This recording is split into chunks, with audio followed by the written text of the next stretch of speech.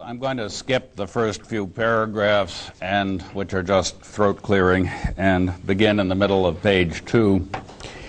In this lecture, I'll take up the distinction between morality and prudence. This distinction is traditionally drawn by opposing unconditional and categorical obligations to conditional and hypothetical ones.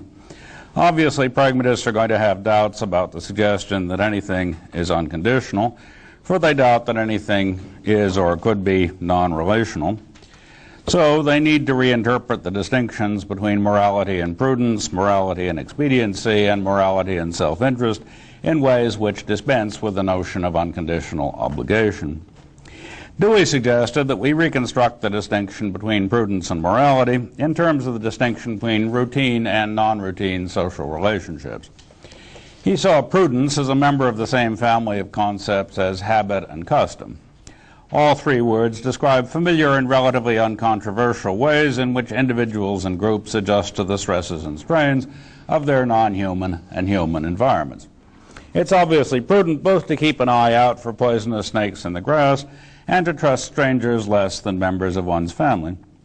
Prudence, expediency, and efficiency are all terms which describe such routine, uncontroversial adjustments to circumstance. Morality and law, on the other hand, begin when controversy arises. We invent both when we can no longer just do what comes naturally, when routine is no longer good enough, when habit and custom no longer suffice. These will no longer suffice when the individual's needs begin to clash with those of her family, or her family's with those of her neighbors, or when economic strain begins to split her community into warring classes, or when that community must come to terms with an alien community. On Dewey's account, the prudence-morality distinction is, like that between custom and law, a distinction of degree, the degree of need for conscious deliberation and explicit formulation of precepts, rather than a distinction of kind. There's no distinction of kind for pragmatists like Dewey between what's useful and what's right. For as Dewey said, quote, "Right is only an abstract name for the multitude of concrete demands in action which others impress upon us, and of which we are obliged, if we would live, to take some account." The utilitarians were right when they coalesced the moral and the useful, but they were wrong insofar as they tried to reduce simply to getting pleasure and avoiding pain. Dewey agrees with Aristotle. He argues at great length against the utilitarians that human happiness cannot be reduced to the accumulation of pleasure. From Kant's point of view, however, Aristotle, Mill, and Dewey are equally blind to the true nature of morality. To identify moral obligation with the need to adjust one's behavior to the needs of other human beings is for Kantians either vicious or simple-minded. Dewey seems to Kantians to have confused duty with self-interest, the intrinsic authority of the moral law with the Banausic need to bargain with opponents whom one cannot overcome. Dewey was well aware of this Kantian sort of criticism. Here's one of the passages in which he attempted to answer it. Quote, "Morals, it is said, imply the subordination of fact to ideal consideration, while the view presented, Dewey's view, makes morals secondary to bare fact, which is equal to depriving them of dignity and jurisdiction. The criticism rests upon a false separation. It argues, in effect, that either ideal standards antecede customs and confer their moral quality upon them, or that, in being subsequent to customs and evolved from them, they are mere accidental byproducts. But how does it stand with language? Language grew out of unintelligent babblings, instinctive motions called gestures, and the pressure of circumstance, but nevertheless, language once called into existence is language and operates as language. The point of Dewey's analogy between language and morality is that there was no decisive moment at which language stopped being a series of reactions to the behavior of other humans and started to represent reality. Similarly, there was no point at which practical reasoning stopped being prudential and became specifically moral, no point at which it stopped being merely useful and started being genuinely authoritative. Dewey's reply to those who, like Kant, think of morality as stemming from a specifically human faculty called reason, and of prudence as something shared with the brutes, is that the only thing that's specifically human is language, but the history of language is a seamless story of gradually increasing complexity. The story of how we got from Neanderthal grunts and nudges to German philosophical treatises is no more discontinuous than the story of how we got from the amoebae to the anthropoids. The two stories are parts of one larger story. From an evolutionary point of view, there is no difference between the grunts and the treatises, save complexity. Yet the difference between the language-using and the mute animals, and the difference between cultures which don't engage in conscious collective moral deliberation and cultures which do, are as important and obvious as ever, even though they are differences of degree. On Dewey's view, philosophers who have sharply distinguished reason from experience or morality from prudence have tried to turn an important difference of degree into a difference of metaphysical kind. They have thereby constructed problems for themselves which are as insoluble as they are artificial. Dewey saw Kant in his moral philosophy as taking, quote, the doctrine that the essence of reason is complete universality and hence necessity and immutability, with the seriousness becoming the professor of logic. He interpreted Kant's attempt to get advice about what to do out of the mere idea of universalizability as offering not an impossible disregard of consequences, but merely a broad, impartial view of consequences. All that the categorical imperative does, Dewey said, is, quote, to commend the habit of asking how we should be willing to be treated in a similar case. The attempt to do more, to get, quote, ready-made rules available at a moment's notice for settling any kind of moral difficulty, quote, unquote, seemed to Dewey to have been born, quote, of timidity and nourished by love of authoritative prestige. Only such a tendency to sadomasochism, Dewey thought, could have, quote, led to the idea that absence of immutably fixed and universally applicable ready-made principles is equivalent to moral chaos. So much for the standard Deweyan criticism of the Kantian way of viewing the distinction between morality and prudence. I want now to turn to another distinction, that between reason and sentiment, thinking and feeling. Doing so will let me relate Dewey's work to that of the contemporary American moral philosopher Annette Beyer. Beyer, one of the leading feminist philosophers in the U.S., takes David Hume as her model. She praises Hume as what she calls the woman's moral philosopher because of his willingness to take sentiment, and indeed sentimentality, as central to the moral consciousness. She also praises him for, quote, de-intellectualizing and de-sanctifying the moral endeavor, presenting it as the human equivalent of various social controls in animal or insect populations. Though Beyer rarely mentions Dewey, and Dewey rarely discusses Hume's moral philosophy at any length, these three militantly anti-Kantian philosophers are on the same side of most arguments. All three share the same distrust of the notion of moral obligation. Dewey, Beyer, and Hume might all agree with Nietzsche that the pre-Socratic Greeks were free from the timidity, the fear of having to make hard choices, which led Plato to search for immutable moral truth. All three see the temporal circumstances of human life as difficult enough without sadomasochistically adding immutable, unconditional obligations. Beyer has proposed that we substitute the notion of appropriate trust for that of obligation as our central moral concept. She has said, quote, there is no room for moral theory as something which is more philosophical and less committed than moral deliberation, and which is not simply an account of our customs and styles of justification, criticism, protest, revolt, conversion, and resolution, close quote. In words that echo some of Dewey's, Beyer says that, quote, the villain is the rationalist, law-fixated tradition in moral philosophy, a tradition which assumes that, quote, behind every moral intuition lies a universal rule. That tradition assumes that Hume's attempt to think of moral progress as a progress of sentiments fails to account for moral obligation. But on Beyer's view, as on Dewey's, there's nothing to account for. Moral obligation doesn't have a nature or source different from tradition, habit, and custom. Morality is simply a new and controversial custom.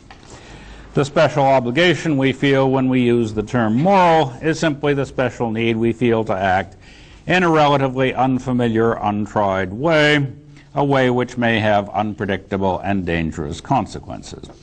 Our sense that prudence is unheroic and morality heroic is merely the recognition that testing out the relatively untried is more dangerous, more risky than doing what comes naturally. Bayer and Dewey agree that the central flaw in much traditional moral philosophy has been the myth of the self as non-relational, as capable of existing independently of any concern for others, as a cold psychopath needing to be constrained to take account of other people's needs. This is the picture of the self which philosophers since Plato have interpreted in terms of the division between reason and the passions, a division which Hume unfortunately perpetuated in his notorious inversion of Plato, his claim that reason is and should be the slave of the passions. Ever since Plato, the West has construed the reason-passion distinction as paralleling the distinction between the universal and the individual, as well as that between unselfish and selfish actions. The religious, Platonic, and Kantian traditions have thus saddled us with the distinction between the true self and the false self, the self which hears the call of conscience, and the self which is merely self-interested. The latter self is merely prudential and not yet moral. Bayer and Dewey both argue that the notion of the self as cold, self-interested, calculating psychopath should be set aside. If we really were such selves, the question, why should I be moral, would be forever unanswerable. Only when we masochistically picture ourselves as such selves do we feel the need to punish ourselves by quailing before divine commands or before Kant's tribunal of pure practical reason.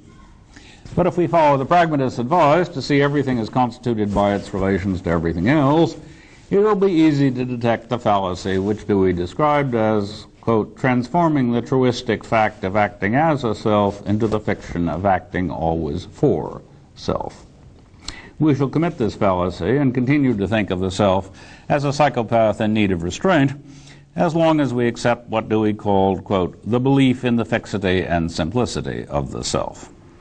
Dewey associated this belief with, quote, the theologian's dogma of the unity and ready-made completeness of the soul, but he might equally well have associated it with the argument of Plato's Phaedo, or with Kant's doctrine that the moral self is a non-empirical self. If we put such notions of unity and ready-made completeness to one side, we can say with Dewey that, quote, selfhood, except insofar as it has encased itself in a shell of routine, is in process of making, and that any self is capable of including within itself a number of inconsistent selves, of unharmonized dispositions, close quotes. This notion of multiple inconsistent selves is, as Donald Davidson has shown us, a good way of naturalizing and demystifying the Freudian notion of the unconscious. But the most important link between Freud and Dewey is the one which Bayer emphasizes, the role of the family, and in particular of maternal love, in creating non-psychopaths, human selves who find concern for other human beings entirely natural. Bayer says, in words which Dewey might have written, that, quote, the secular equivalent of faith in God is faith in the human community and its evolving procedures in the prospects for many-handed cognitive ambitions and moral hopes, close quotes.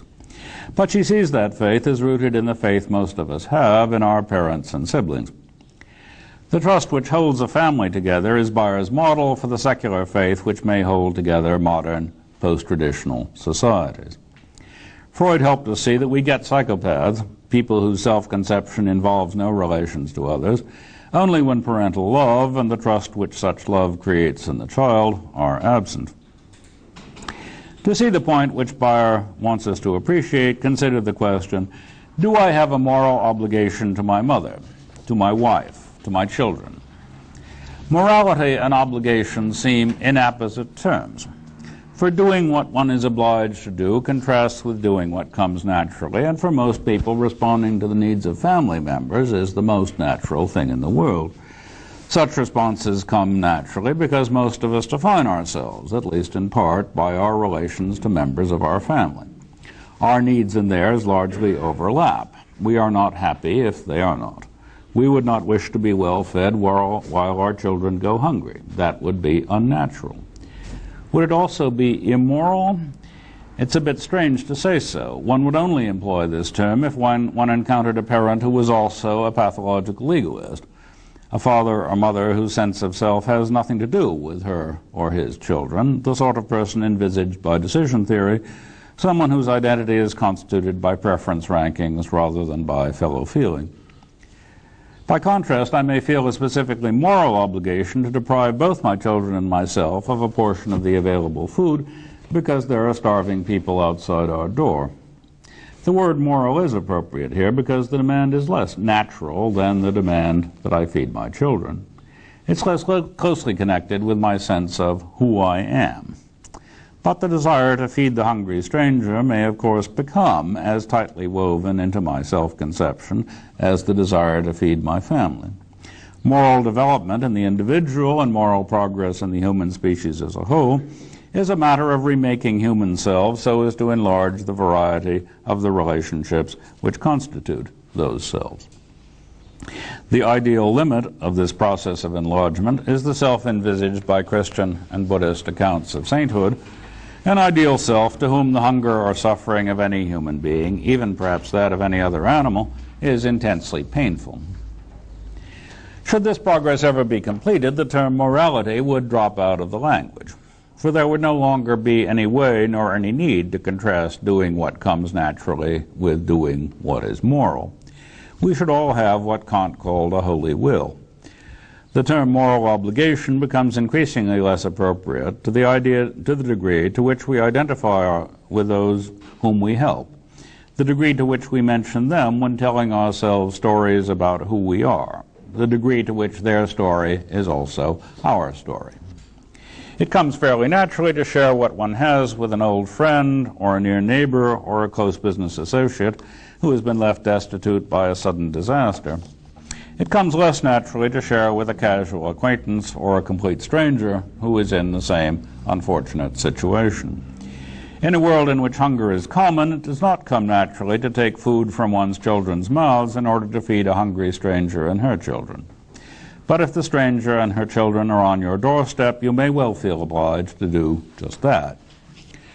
The term moral and obligation become even more appropriate when it's a matter of depriving your children of something they want in order to send money to the victims of a famine in a country you've never seen, to people whom you might well find repellent if you ever encountered them, people whom you might not want as friends, might not want your children to marry, people whose only claim on your attention is that you have been told that they are hungry.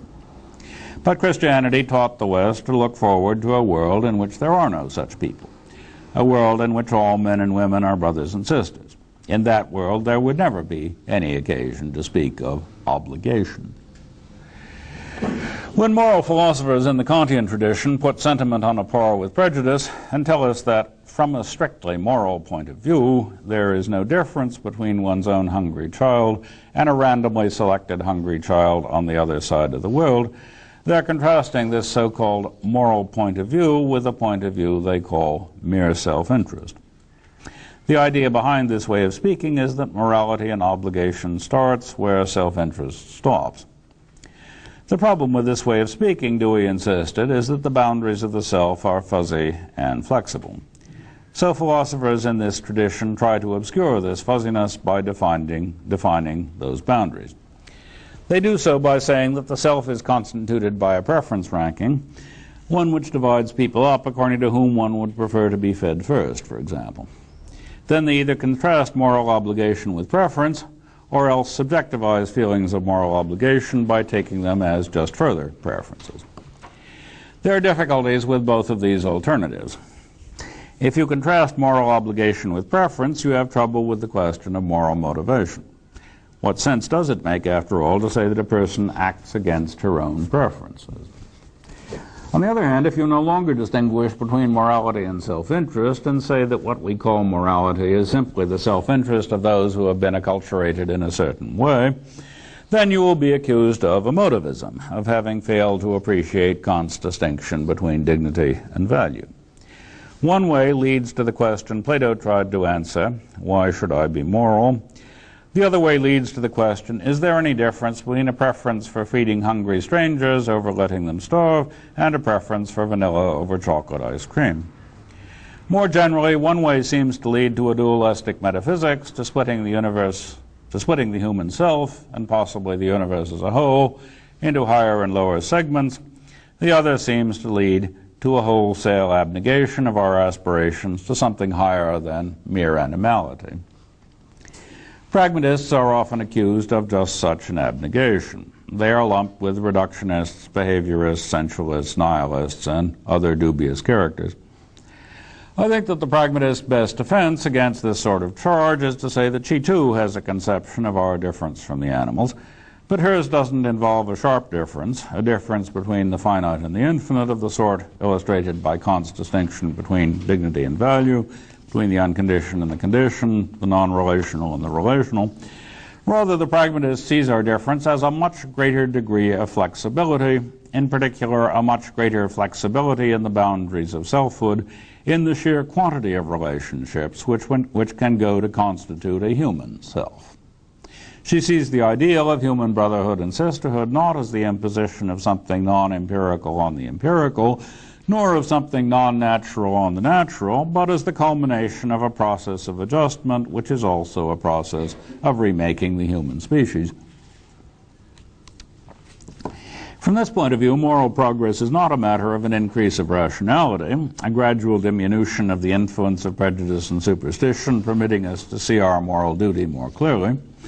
Nor is it what Dewey called an increase of intelligence, increasing skill at inventing courses of action which simultaneously satisfy many conflicting demands. People can be very intelligent in this sense without having wide sympathies. It's neither irrational or unintelligent to draw the limits of one's moral community at a national or racial or gender border. But it's undesirable, morally undesirable. So it's best to think of moral progress as a matter of increasing sensitivity, increasing responsiveness to the needs of a larger and larger variety of people and things.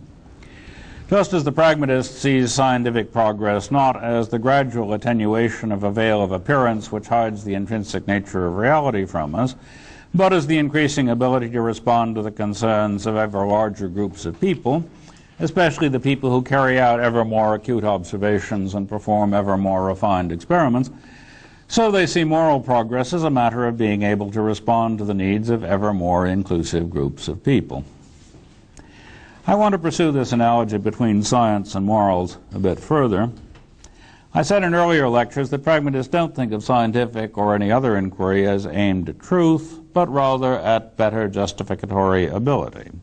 Better ability to deal with doubts about what we're saying, either by shoring up what we previously said or by deciding to say something slightly different. The trouble with aiming at truth is that you wouldn't know it when you'd reached it, even if you did in fact reach it. But you can aim at assuaging ever more doubt. Analogously, you can't aim at doing what is right because you'll never know whether you've hit the mark. Long after you're dead, better informed and more sophisticated people may judge your action to have been a tragic mistake, just as they may judge your scientific beliefs to have presupposed an obsolete cosmology. But you can aim at ever more sensitivity to pain and ever greater satisfaction of ever more various needs. Pragmatists think the idea of something non-human luring us human beings on should be replaced with the idea of getting more and more human beings into our community, of taking the needs and interests and views of more and more diverse human beings into account. Justificatory ability is, on the pragmatist view, its own reward. There's no need to worry about whether we will be rewarded with a sort of immaterial medal labeled truth or moral goodness. The idea of a God's eye view to which science continually approximates is of a piece with the idea of the moral law to which social custom, in periods of moral progress, continually approximates. The ideas of discovering the intrinsic nature of physical reality and of clarifying our unconditional moral obligations are equally distasteful to pragmatists because both presuppose the existence of something non-rational, something exempt from the vicissitudes of time and history, something unaffected by changing human interests and needs. Both ideas are to be replaced, pragmatists think, by metaphors of width rather than of height or depth. Scientific progress is a matter of integrating more and more data into a coherent web of belief, data from microscopes and telescopes with data obtained by the naked eye, data forced into the open by experiment with data which always has been lying about. It's not a matter of penetrating appearance until one comes upon reality. and moral progress is a matter of wider and wider sympathy rather than a matter of rising above the sentimental to the rational. Nor is it a matter of appealing from lower and corrupt local courts to a higher court which administers an ahistorical, non-local, transcultural moral law. This switch from metaphors of vertical distance to metaphors of horizontal extent ties in with the pragmatist's insistence on replacing traditional distinctions of kind with distinctions in degree of complexity. Pragmatists substitute the idea of a maximally efficient explanation of a maximally wide range of data for that of the theory which cuts reality at the joins. They substitute the idea of a maximally warm, sensitive, and sympathetic human being for the Kantian idea of a good will.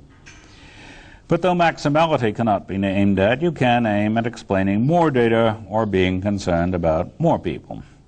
You can't aim at being at the end of inquiry in either physics or ethics. That would be like aiming at being at the end of biological evolution, at being not merely the latest heir of all the ages, but the being in which the ages were destined to culminate. Analogously, you can't aim at moral perfection, but you can aim at taking more people's needs into account than you did previously. So far in this lecture, I've been suggesting in rather general terms why the pragmatist would like to get rid of the notion of unconditional moral obligation.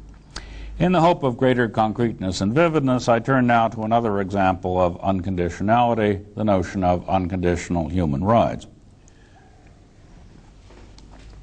Such rights are said to form the fixed boundaries of political and moral deliberation. In American jurisprudence, as it's interpreted, for example, by Ronald Dworkin, rights trump every consideration of social expediency and efficiency.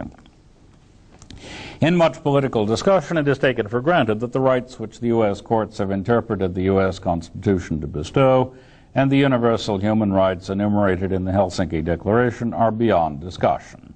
They are the unmoved movers of contemporary politics.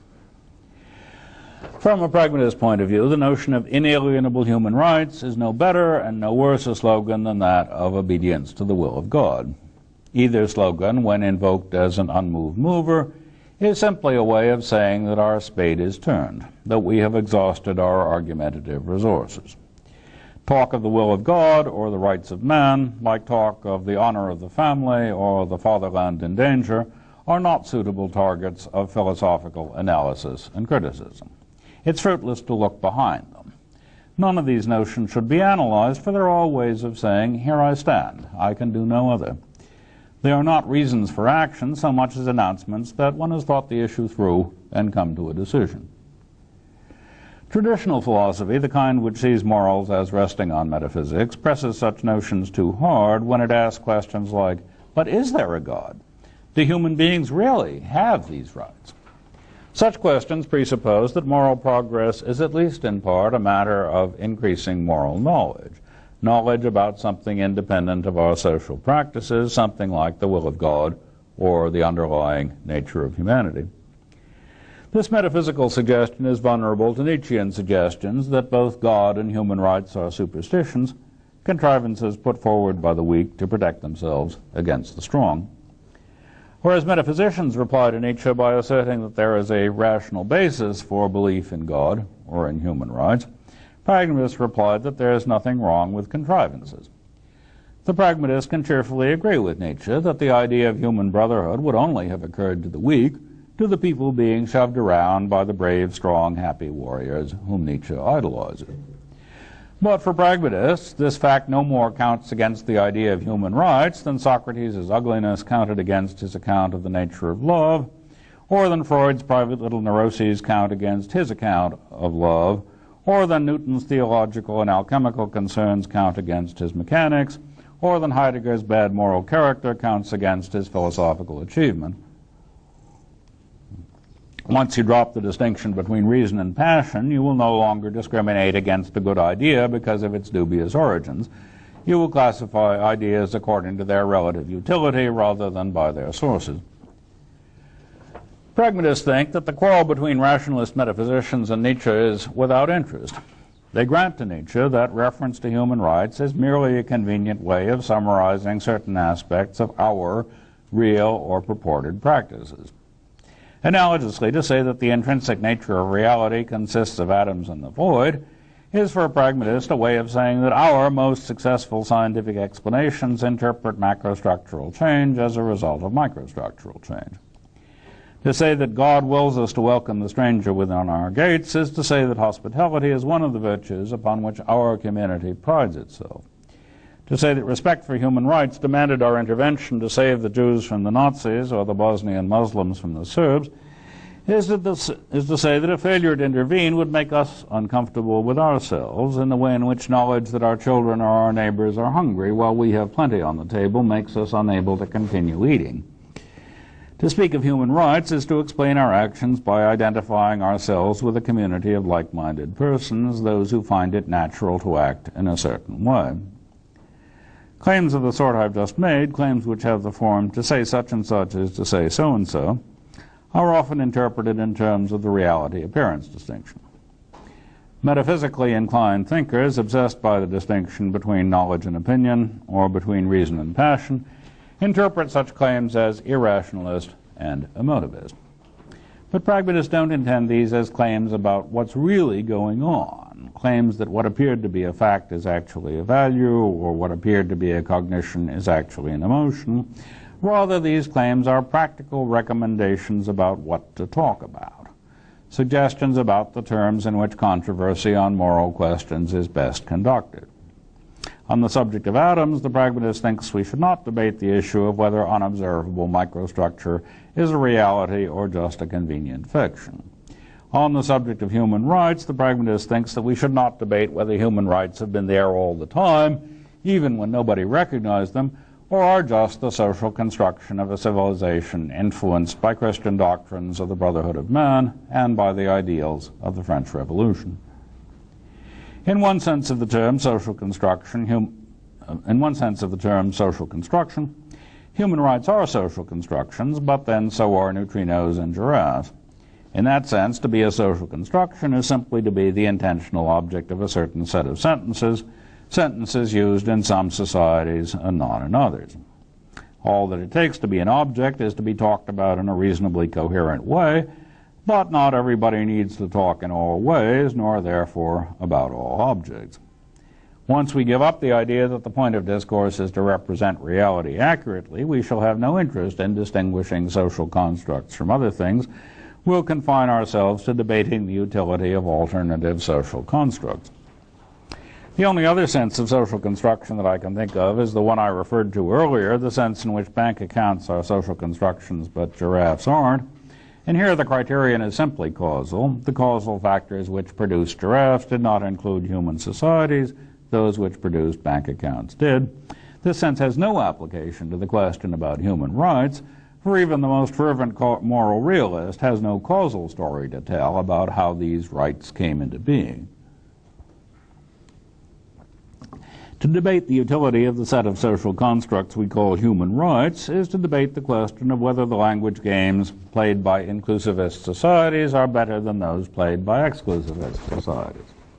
There's no way to pass judgment on those language games without passing judgment on the societies as a whole, as wholes.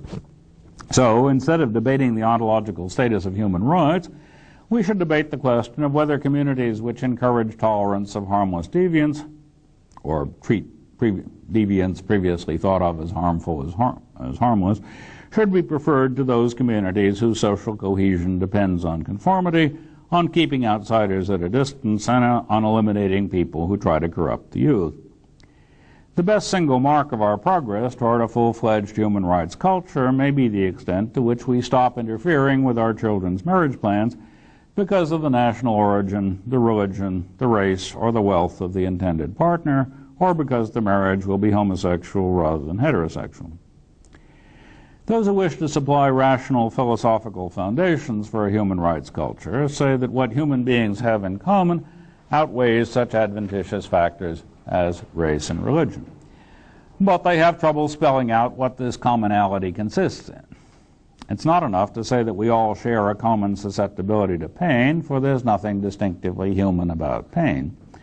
If pain were all that mattered, it would be as important to protect the rabbits from the foxes as to protect the Jews from the Nazis. If one accepts a naturalistic Darwinian account of human origins, it's not helpful to say that we all have reason in common, for in this account to be rational is simply to be able to use language. But there are many languages, and most of them are exclusionist. The language of human rights is no more or less characteristic of our species than languages which insist on racial or religious purity. Pragmatists suggest that we simply give up the philosophical search for commonality. They think that moral progress might be accelerated if we focused instead on our ability to make the particular little things that divide us seem unimportant, not by comparing them with the one big thing that unites us, but by comparing them with other little things. We pragmatists think of moral progress as more like sewing together a very large, elaborate polychrome quilt than like getting a clearer vision of something true and deep. Here as elsewhere, we prefer metaphors of breadth and extent to metaphors of height and depth. Convinced that there's no subtle human essence which philosophy might grasp, we don't try to replace superficiality with depth, nor to rise above the particular to grasp the universal. Rather, we should like to minimize one difference at a time, the difference between Christians and Muslims in a particular village in Bosnia, the difference between blacks and whites in a particular town in Alabama, the difference between gays and straights in a particular Catholic congregation in Quebec. The hope is to sew such groups together with 1,000 little stitches, to invoke 1,000 little commonalities between their members rather than by specifying one great big commonality, their humanity. This picture of moral progress makes us resist Kant's suggestion that morality is a matter of reason, and makes us sympathetic to Hume's suggestion that it's a matter of sentiment. If we were limited to these two candidates, we should side with Hume, but we would prefer to reject the choice and to set aside the old Greek faculty of psychology once and for all. We recommend dropping the distinction between two separately functioning sources of beliefs and desires, instead of working within the confines of this distinction, which constantly threatens us with the picture of a division between a true and real self and a false and apparent self. We can once again resort to the distinction with which I began my first lecture, the distinction between the present and the future. More specifically, we can see both intellectual and moral progress not as a matter of getting closer to the true or the good or the right, but as an increase in imaginative power. Imagination is the cutting edge of cultural evolution, the power which, given peace and prosperity, constantly operates so as to make the human future richer than the human past. Imagination is the source both of new scientific pictures of the physical universe and of new visions of possible communities. It's what Newton and Christ, Freud and Marx had in common, the ability to redescribe the familiar in unfamiliar terms. Such redescription was practiced by the early Christians when they explained that the distinction between Jew and Greek was not as important as had been thought. It's being practiced by contemporary feminists whose descriptions of sexual behavior and marital arrangement seem as strange to many men, and for that matter many women, as St. Paul's indifference to traditional Judaic distinctions seemed to the scribes and the Pharisees. It is what the founding fathers of the United States attempted when they asked people to think of themselves not so much as Pennsylvania Quakers or Catholic Marylanders, but as citizens of a tolerant, pluralistic federal republic. It's being attempted by those passionate advocates of European unity who hope that their grandchildren will think of themselves as European first and French or German second. But an equally good example of such redescription is Democritus's and Lucretius's suggestion that we try thinking of the world as rebounding atoms, or Copernicus' suggestion that we try thinking of the sun as at rest. I said in an earlier lecture that pragmatism tries to substitute hope for knowledge.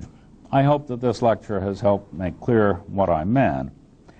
The difference between the Greek conception of human nature and the post-Darwinian Deweyan conception is the difference between closure and openness, between the security of the unchanging and the Whitmanesque and Whiteheadian romance of throwing oneself into the process of unpredictable change.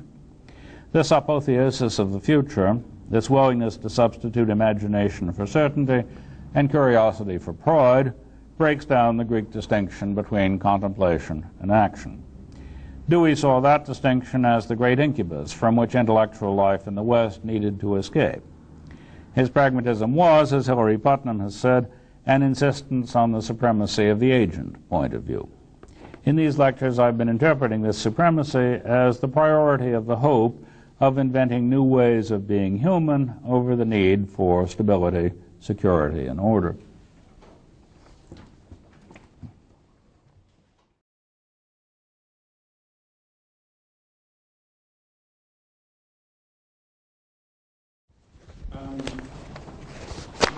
I don't want to defend the metaphysical projects that you're trying to attack, but I want to make a protest against a strategy that you use to motivate the vocabulary that you use in order to attack the metaphysical projects.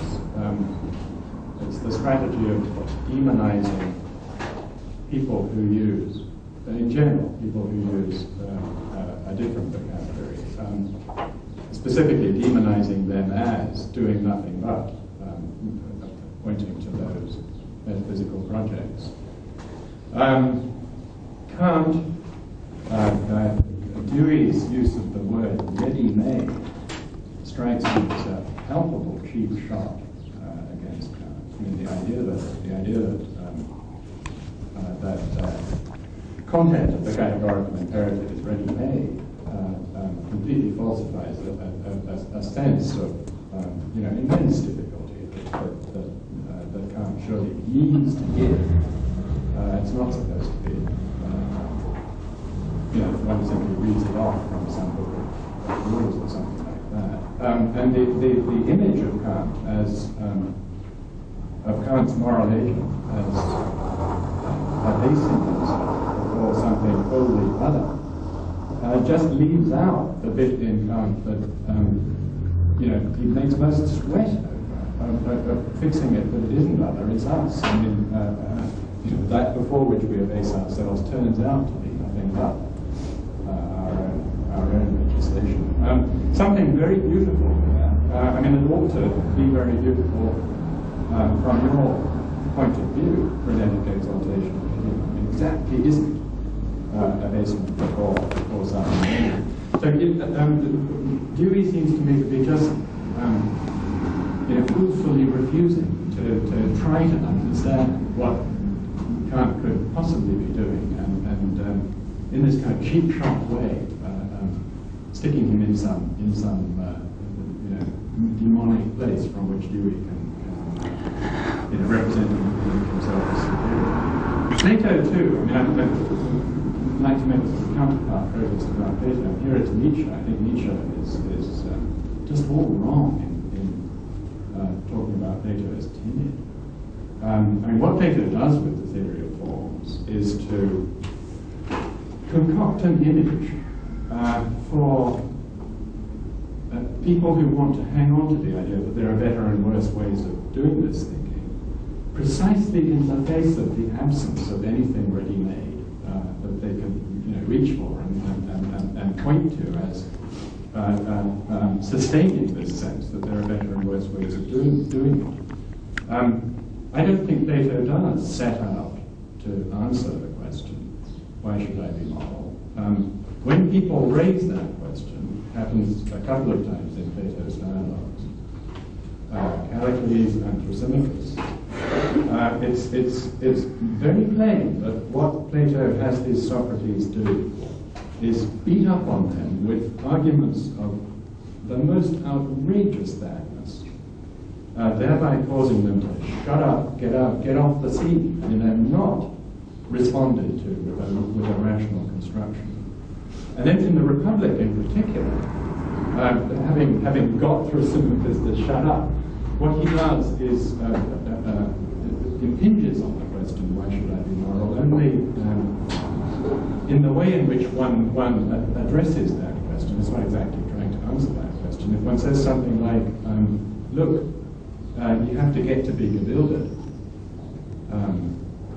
which includes progress of the sentiments, training of the sentiments. That's the really central element in the Republic's positive story. You have to get to be bewildered, and then the question won't bug you in the way that it bugs most thinkers. So, I mean, it isn't just that Hume unfortunately inverts some Platonic setting up of reason as superior to the passions. Hume doesn't even understand what's in there in Plato in making this inverting gesture. Plato's fine so far as seeing what it comes naturally to talk about in terms of getting things straight, reason doing its thing, as partly constituted by the kind of progress of the sentiments that you and Annette Weyer applaud you for, making central to ethics. It's central in Platonic ethics too. So I think that's two of your villains, but I think they just aren't really villains by the lights of your basic opposition to this I want to say fantasy of a metaphysical realm. Suppose this was so. Suppose that Plato and Kant had been systematically misinterpreted by lots and lots and lots of people over the years. There would still be a very strong strain in our culture for Dewey to protest against. It's the strain which says it is the duty of philosophers to produce what yesterday you called a rational engine that will convince any and all. It is the duty to find an unwobbling pivot. It is the duty to rescue us from time and chance. And I don't think you can let Plato and Kant off the hook of pandering to this taste. I mean, anybody who writes about duty, thou sublime and awful name, is pandering to what I'm calling the sadomasochism, which motivates the tradition of unconditional moral obligation. Anybody who writes about the difference between this world and the other world in the terms Plato did is pandering to the tastes of what Nietzsche called ascetic priests. I mean, you don't have to pick the historical Plato and the historical Kant for Dewey's purposes. Maybe they've been dreadfully misunderstood. He doesn't much care. People look for this kind of what I'm calling sadomasochism in the texts of the history of philosophy and believe themselves to have found it in Plato and Kant, for better or for worse. Plato and Kant may have been wiser than their readers, but there's still something there to protest against. But supposing one did care, then one wouldn't need to be so resolute as you are in discarding the very language of getting things straight. Seeing things as they are. I'm not sure. Could find an innocuous reading of these people whose mode of speech that is. I don't know. Amicus, Plato said, Magus Amica, the United States of America. It seems to me that that you can argue that regardless of what the great dead philosophers were up to, there's a psychological cast of mind supporting what Dewey thought of as the need for authority as opposed to the thing he called democracy, which is contributed to by the notion of, look, we got to get it, at a certain point we got to stop just bargaining, trading, adjusting, and so on. We got to get it right. Dewey thought that you might as well go at it root and branch and see if you couldn't just get rid of the whole get it right rhetoric as a way of preventing the return of the ascetic priest, the return of the sublime and awful, and stuff like that. I guess I can't see that the as it were compromise that you suggest, or the the rhetoric, the middle way rhetoric that you suggest, I mean, you know, I think the only argument is the strategic one, which one's going to work. I don't really care about whether it's fair to Plato and Kant. I mean, you know, there's, you know, there's the ascetic priest Kant, and there's the proto-Hegelian Kant. There's the Plato whom Nietzsche criticized, and the Plato of the Symposium. You know, but that's sort of for us epicures. Yeah. Let's follow up on that, because it does seem to me that there's a bit of a medium between your take on this and John. If we do think about Hegel as standing between Dewey's take on Kant and Kant, because Hegel certainly starts his reading on Kant on these grounds. Well, fully appreciating the good impulse in Kant to say, look, the only thing compatible with the dignity of enlightened humanity, the only source of obligation compatible with that dignity is our own, is rules that we impose on ourselves.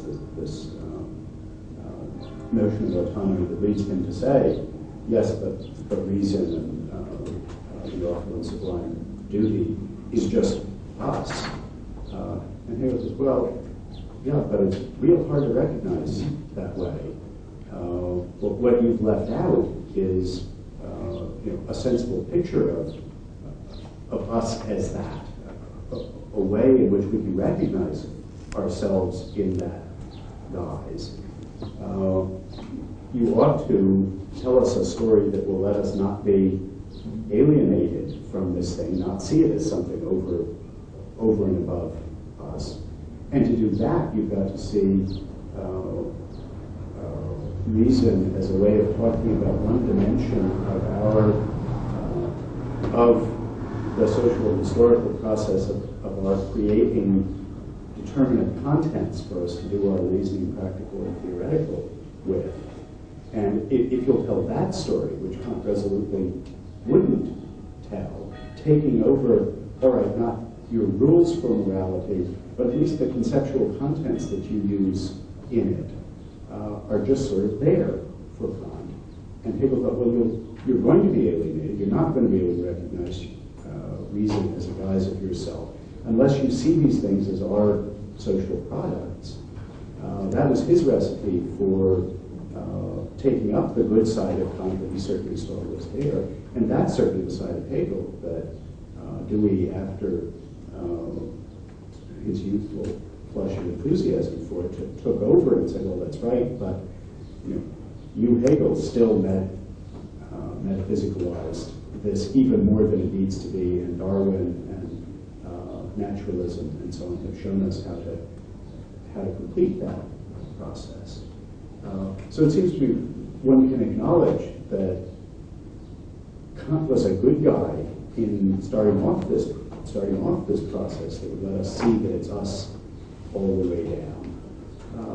But that the criticisms that Hegel made of Kant's working out of it, and at least some of the criticisms that Dewey implicitly makes of Hegel's way of working it out, which I think people also misunderstood as they did for Kant, are well-taken criticisms. These are stages on the road that lead to the views that we're giving. We don't need to see just a bad guy there and all of this.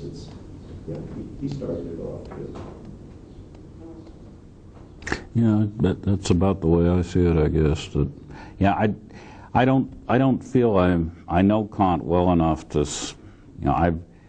I'm one of these American philosophy professors condemned in Europe who never teaches anything except the fundamental principles of the metaphysics of morals, and gets so tired of the sadism, so to speak, that you want never to hear it again. And all the nice bits of Kant tend to go unread, and I keep promising myself that some year I'll sit down and read the Opus Posthumum and get a balanced view of the man, but I haven't. So I just use him as the standard whipping boy. Bjorn? It seems to me that it's not just a question of alternative strategies either, nor is it a question of being fair to them, just caring about getting the historical figure right versus addressing the accretions of misinterpretation. I think those distinctions don't do the kind of work that they should in the context of pragmatic reading of historical figures. With Nietzsche, I think it's important to take a run at your vocabulary from behind if you want to come up with, free yourself of certain kinds of compulsions and imagine new ways. You don't just come up with new ways when you rip a temple down and build a new one up. You do that by going back and seeing where the pieces come from. So it would seem to me an integral part of this kind of redescribing activity to also provide readings, not necessarily truer to the historical Plato or less misreading or anything like that, but show that there are ways of readings that reveal and preserve and yield different kinds of insights. And I guess I feel this much more strongly, personally, for idiosyncratic reasons in relation to the Republic when it comes to the three critiques. But if you want to try and give us ways of breaking free from the kinds of oppositions that we typically call Platonism, it is a part of what would help that to go back and read Plato in a way which doesn't result in those kinds of oppositions. And that's also a way of shifting the weight or pulling the ground out from under those kinds of reconstructions. So you do genealogy along two tracks at the same time, one destructive and one constructive. Of course, I'm not saying that everybody has to do everything at once, but it's not simply, I think, an empirical question, which, well, in one sense it is, I guess, which strategy will work. I do think that really you need to do both, or somebody needs to do the other thing. You need to have people rereading the Republic, Gadamer's portrayal of what dialectic is about, perhaps Reeves' book about the Republic is historical somewhere. So I want to say it's not just will it work. You got to do that as well. You have to reread these figures to try and preserve what you want to preserve. Yeah. I guess I think of it this way. The only interesting philosophers, the only ones who get into the canon, are ones whose interpretation is never agreed upon. Wittgenstein, Aristotle, Plato, Kant, Hegel, and so on.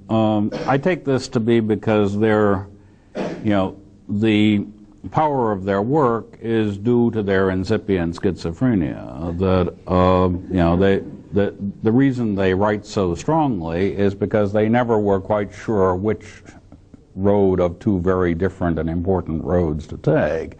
So I think we will always have this kind of, pendulum swing in interpretations of these figures. But I don't know that there is any general recipe for integrating the kind of attempt to revise the rhetoric of the culture that I'm talking about in these lectures with the activity of, the activity of capitalizing on each successive generation's ability to see that tension within the thought of the great dead philosopher still more clearly. I guess I think that we should just settle for the fact that Plato is the name for a complex of warring elements, and so was Wittgenstein, and we pick and choose among these warring elements as we need them as time rolls along. maybe I'm misunderstanding something, but it seems you've said a couple of times that morality involves something that involves doing what we do naturally, like caring for our families and things, but it seems very strange for a pragmatist to be talking about the nature of human beings all of a sudden, as if we have a given nature. I don't think that I need a notion of the intrinsic nature of human beings in order to have a contrast between what they do if nobody bothers them and what they do only because people come in and rouse them up. When we say the Serbs and the Muslims in the villages of Bosnia would have continued to live side by side naturally. That's not a theory of human nature. It just means they would do what people usually do in these situations, get along with their neighbors. And then the outside agitators came in. We would say that we would still be throwing people to the lions on Saturdays in large public spectacles if the Christians hadn't come along, or some equivalent of the Christians come along and raised doubts about this practice, because it's for uncounted millennia it was a natural and enjoyable way to spend Saturday afternoons. That isn't a theory about human nature. That's just a quick reference to what happens if you leave people alone as they are these days. But in fact, people don't, in many, many cases, care about their families. We keep hearing that. There are all sorts of people taking crack, that they don't care about their families, people who beat their children, etc. So it would seem that now we're talking about, well, do a majority of people treat their family well? Perhaps yes, but that we do need some force of something. It doesn't have to be an absolute force but we need something to make our convictions stronger, I think, to say you shouldn't do this. I mean, it seems to me that a pragmatist talking to Hitler would just say, look, you're not being very imaginative in what you're doing. And Hitler would say, I don't care whether I'm being imaginative, I'm going to continue what I do. And the conversation is ended. This is very frustrating to somebody who would like to go further. It's exactly that sense of frustration which a pragmatist culture would not feel. That is, I think of that sense of frustration as exactly what has been loaded on us by what I think of as the sadomasochistic tradition, which I attribute to these distinguished schizophrenic philosophers. And it seems to me that we have saddled ourselves with a culture in which we are constantly asking for something stronger to come along and stop these people. And it isn't going to happen, and it would be nice if we could not expect it to happen. So you're content with saying to Hitler, you're not being imaginative, and him saying, I don't care, and that's the end. And you're saying, well, it's unrealistic to expect anything else. How about being content with saying, the 1,000 things you and I and anybody else would say to Hitler and having him shrug them all off? Nobody is content to be shrugged off, but not everyone has to hope that there will be something stronger around the corner that will do what we're unable to do. Well, I hope at the very least to make the person who refuses to do what I want him to do feel bad. Good luck. But don't expect the universe to be on your side in this struggle. Yeah, no, I understand. Well, in a way, it's a little bit in the same line, because what I think is what's missing here is a recognition that it's actually a very beautiful thing about human beings that they do these silly things, like we want to stop them, we want to do the thing. I mean, that's what makes us human. That's quite nice. If not, I mean, it would be kind of boring. And but this is not enough, I think. And what I'm missing when I read these last lectures is that,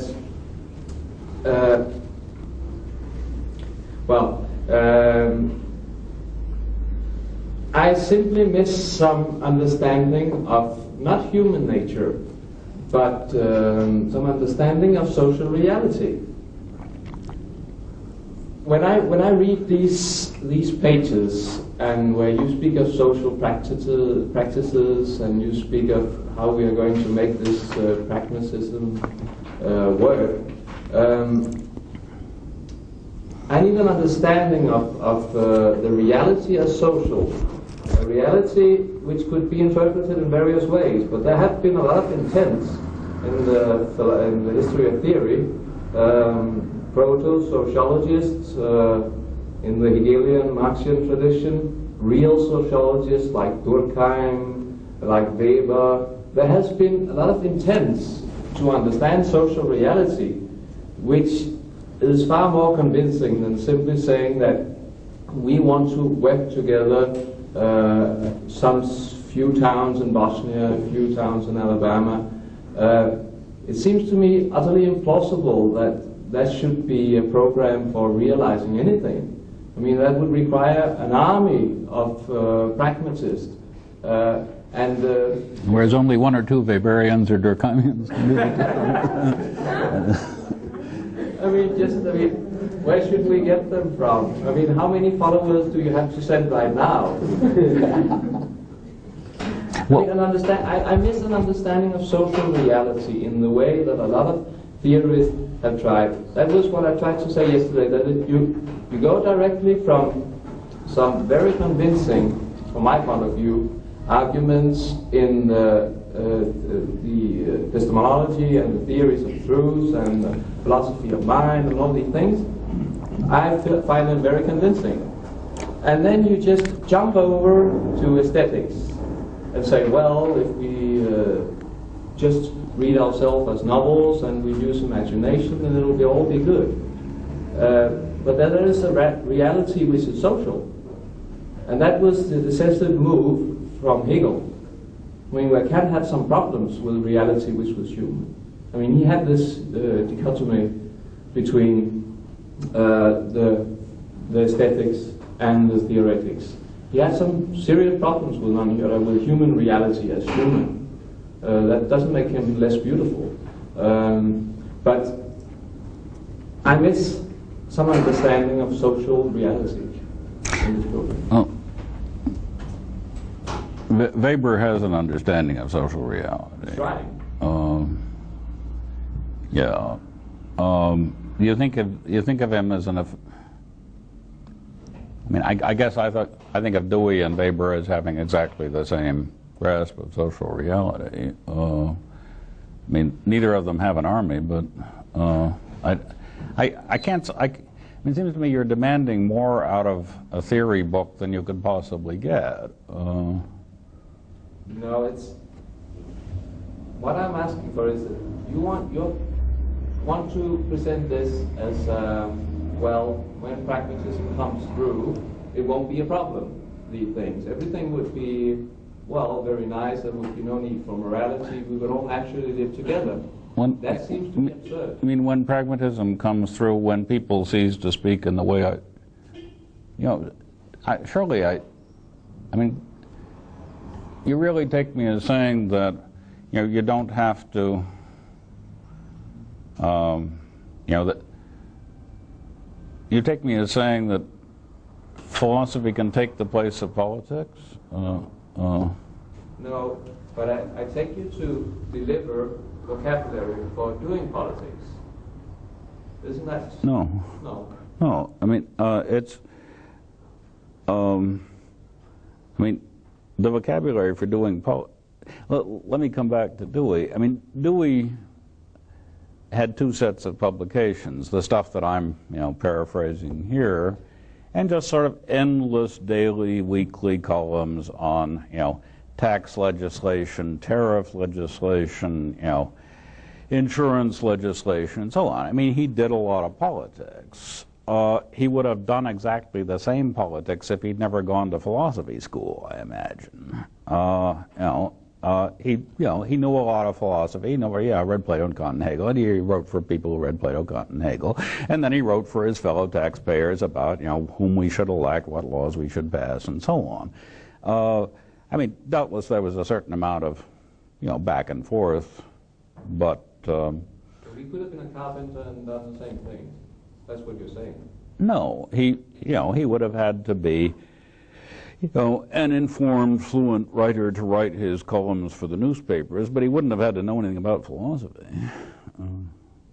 I mean, he wrote the articles that Dewey wrote about what we Americans should be doing were all, similar articles were being written by dozens of other people and, sort of American social democrat types who weren't in the philosophy business. They were, economists or journalists or something like that.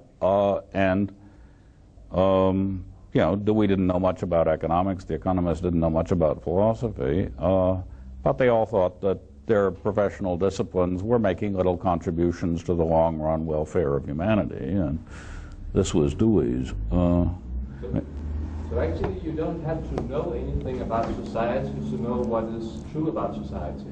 I mean, you can know without philosophy, or without theory, you can know what is best for society, or. Yeah, I mean, I don't know. The difference between countries with national health insurance and without national health insurance doesn't require a great deal of theoretical sophistication.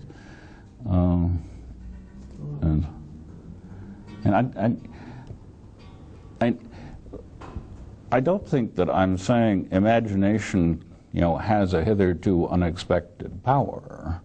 I'm saying redescribing moral progress in terms of imagination rather than reason might help to get rid of, the element, what I think of as the sadomasochistic elements in our ways of thinking that are getting in our way. But, compared to national health insurance, this isn't terribly urgent. Just looking at one of the points that Oscar was making is something you often hear, I think, that pragmatists just as they're insufficiently sensitive to the robustness of reality, so they have insufficient appreciation for the depth and complexity of the social challenges we face.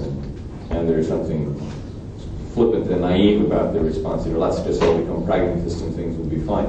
And it might be helpful when that kind of sentiment comes up to point out the difference between redescribing how to conceive of utopia, the terms in which we should think of utopia, and how to get there.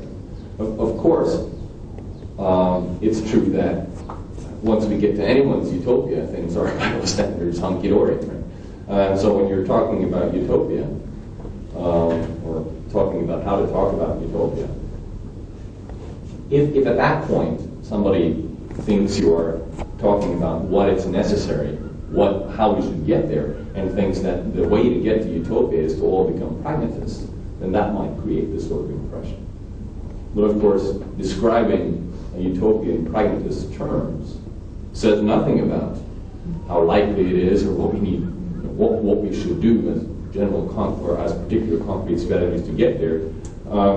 And so it's important, I think, to just dispel this illusion that for pragmatists, all we need to do is say, 1, 2, 3, now let's all use the vocabulary, and utopia descends. And insofar as that sense is around, then you're going to keep getting these reactions that pragmatists aren't fully sensitive to them, the depth and complexity. And I wonder if that was one of the things. The reaction is exactly the opposite. The utopia will never come because you don't have the strong enough vocabulary to convince people. Not that it's going to come, but that it isn't going to come. It's very nice of you to talk about it, and we may all agree about this utopia that the pragmatists like. But the question is how to get it. But the pragmatist thinks it's, too easy? No, the pragmatists have undercut us so strongly, not that I want to say reason is absolutely convincing. And as a medical rights person, I know that reason, I think I have very good reasons, and my students don't all stop eating hamburgers. So I know that reason is not absolutely convincing, but still I want to say well, you may not change your habits, but you are being inconsistent or something like that, you see. And it seems that the pragmatists want to kind of undercut all our arguments by saying, you're being sadomasochistic, you're talking about absolute reason or something. No, but I want to have some force of something which is denying us. So the pragmatist talk of utopia is beautiful, but the question is, how are we going to get there? And it doesn't seem very likely. As Rorty just said to me, well, when I talk with Hitler, lots of love, but you're not going to get very far. Yeah, but that's the problem. I want to get there. But would help you to invoke? Well, it would help me to invoke that you are inconsistent, you are shameless, you are something like that, you know? To insult. Yeah, to insult or... But you can do that, of course. That's not against pragmatism. No, we want to know we but are true in insulting her. yes, but I can't say I can't add it is true, right? I mean, Sure you can. It doesn't mean anything. You can have It doesn't What you have to ask yourself, I think, do you need these notions so that you won't feel bad when you find out what you say makes no difference? At least you can feel vindicated. It's not that I need to feel vindicated. I'm Or that you convinced think I'm that it's right. going to What I need is for the other person to feel a little bit diminished, And or at least to feel, oh gosh, maybe I better rethink this problem. You see? Actually, Hitler was a vegetarian. You knew. Well, that's debatable. That's Well, debatable. But the other one can rethink it without feeling diminished.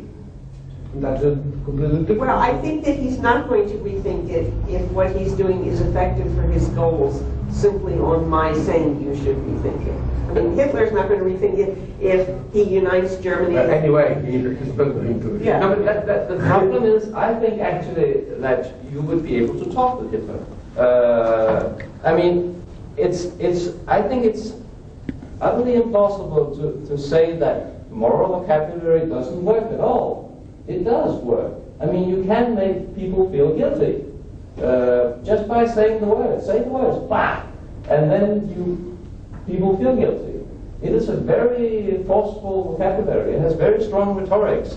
And The point is that if that's a good achievement, I think it's that people feel guilty. well, that's So that's the point. The thing is, it's natural. I mean, it's very natural. We have it. It's human reality. We had it for thousands of years, in some way or the other, different content. But we had it with a strong moral force. But like wars, like disease. But it's human reality. I mean, it will continue. It will never be something like eternal peace. Maybe we can change it. We can I think you're trying to make a proposal for changing this kind of As- guilty, shameless vocabulary. as long as we do not recognize human reality, and that's what I feel is denied us here, because human reality has always been moral. As long as this is denied us, as long as you want to undercut our use of moral vocabulary, which is a very strong human moral force, then, I mean, I feel it's even worse. There is nothing to stop human barbarism and things all like that. That's my conviction. But I hear everything you're saying, and here is somebody 100 years ago saying the same thing about theological vocabulary. Yeah, they're very closely connected. Always been there. And who cares? If you get rid of that, by then, what force do we have to criticize people if we can't threaten them with, the Father's wrath? What is our argument going to be? How are we going to trust them when they take an oath if they're not going to be threatened by this? And surely it was a good thing to get beyond that metaphysical fantasy behind our moral reasoning. Weren't we growing up when we said, no, this isn't about old Nova Daddy in the sky. This is about how we human beings are going to deal with each other. And we've somehow got to get the rules that are important to seem to be important without pretending that they're written into the non-human fabric of the world. No, but there's a big difference between saying you're going against what Jesus taught or God or something, and saying you're being unreasonable or you're being unfair or you're being egotistical or something. But those things really aren't being pulled out of the vocabulary, are they? Well, I think they are. Maybe here's a way to come at it. You and I are having an argument about some issue, whether it's good to do this or bad to do this. And finally I say to you, well, but have you considered that I may have truth and goodness on my side? Whoa, you go. Now there's a real, that's the trump. Is that going to be effective? Is that going to make a difference? Will that make you cringe? You know, after I've tried meticulously to lay out what all the consequences will be of doing what you suggest and try and show you why those consequences are consequences we should deplore, and I have no success, and then I say, but I have truth and goodness on my side, consider that. Is that going to be the kind of thing that will help resolve the argument or make you change your mind? I think if you call somebody a bad person, as you call a philosophy professor inconsistent, you say, oh gosh, am I being inconsistent? Well, or am I being paradoxical? Maybe I have to be a little bit, but I want to be as least as possible. Are you saying something more than you are? Actually, you are. Because, I mean, if we know each other already, sorry to interrupt, if we know each other already, and I have a deep respect for you as a moral person, and if you say to me, well, actually what I'm saying is I'm expressing my moral point of view that you are wrong and I feel that it is truth, and if I respect you already, and that's what I mean, there's a lack of understanding of human reality. If I understand you already, I mean, then you're saying something more. Then when I lay out all the specific reasons, which I would give as reason for that judgment. I guess that's right. Yeah. Well, but it seemed to me we had a paragraph in today's lecture that specifically addressed that and said, look, those remarks do make a big difference, but it's not in the form of giving an additional reason for something. It's rather something like invoking the honor of the family or being a bad person.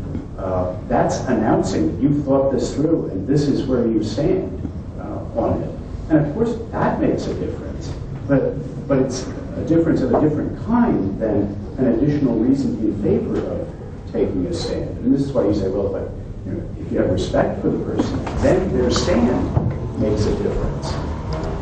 No problem. Pragmatism just doesn't have any problems with that. He's just saying don't misunderstand the status, the significance of that, as being another reason, like, well, that would be being beastly to the person. There's a sort of ground level reason. This other one is well, I can be no other. Here's my take.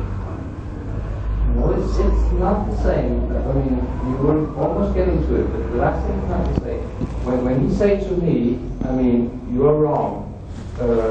It is not just here I stand. This is a defensive position.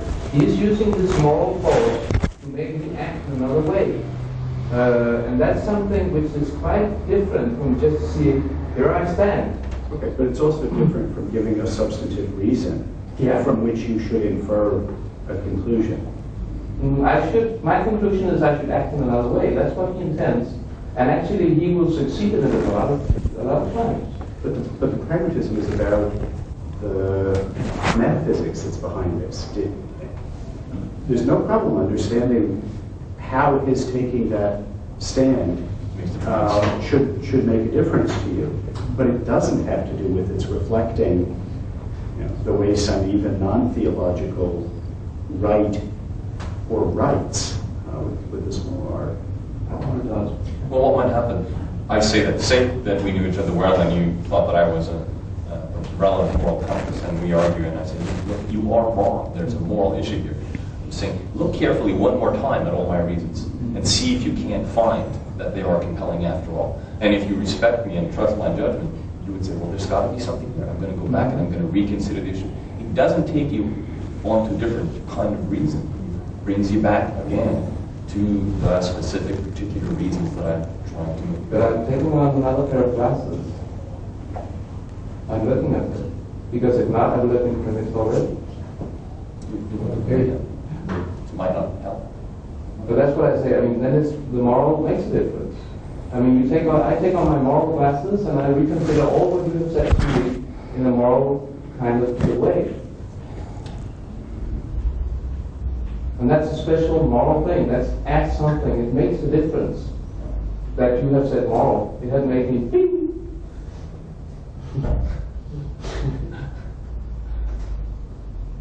Yeah, I suppose I could summarize what I was trying to say as, no, you don't put on a set of moral glasses.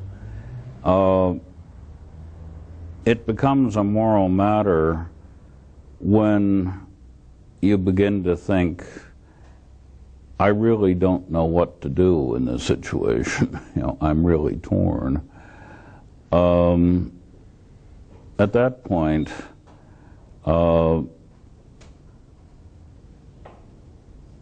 unusual things happen, like people engaging in intense discussion with their friends and wondering whether, the person they respect can disagree with them as heartily as he or she does, and one can still retain one's confidence in one's own view, and so on. I mean, I think it's just this metaphor of, and then we put on the moral glasses that, I would like to get rid of. But if you ask why we should get rid of it, I think it's, as Bob Brandom suggested, it's the same kind of reason that we got rid of saying, you'll go to hell if you eat the hamburger. The habit of saying you'll go to hell if you eat the hamburger, or if you invade Poland or something,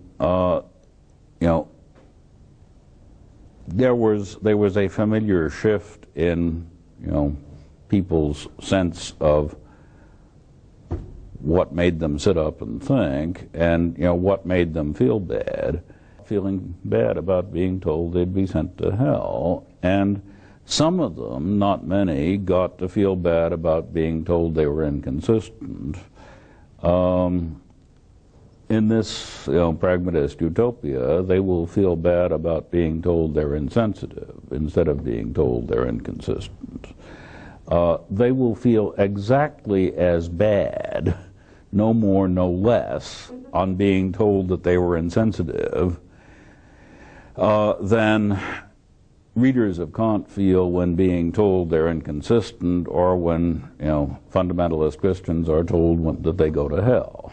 And it's the force of the term is constant over time. The actual term used varies depending on the cultural background. And I am proposing that in this wonderful culture, you still, people feel just as conflicted, just as torn, just as guilty, just as whatnot. How could they not? But the rhetoric that they and their friends use in these occasions is as different from ours as ours was from the days when you just said, God doesn't like meat eaters. Page 4, it seems that you are trying to refute a common criticism of pragmatism as being Epicureanism, neo-Epicureanism. At the bottom of the first paragraph at the top, Dewey agrees with Aristotle that human happiness cannot be reduced to the accumulation of pleasures. To invoke some of your favorite contemporary enemies, I suppose certain Marxists like Terry Eagleton or Frederick Jameson would say that you precisely are providing a justification for a society based on nothing more than a dream of happiness that consists of accumulation of pleasures. I think maybe it was Jameson who talked about the fish-Rorty Reagan axis or something like that. Mm-hmm. But oh yeah. But what kind of happiness should we aim for? If you disagree with their characterization of what you're doing, or what kind of society you're supposed to live with. Yeah, I think as Marxists tend to do, they think of the pleasures of the worker and the peasant who comes home to after a hard day's work at a good wage in a just society to relax in the company of his family over dinner as happiness, whereas the bachelor aesthete who returns to his collection of pornography, or the sensitive soul who reorders his collection of moths, is having mere pleasures. And I mean, this is just a Marxist trope where you contrast, human happiness because workers and peasants are real, and rich aesthetes are, they just have they don't have happiness. They're not worthy of happiness. They just have pleasures. I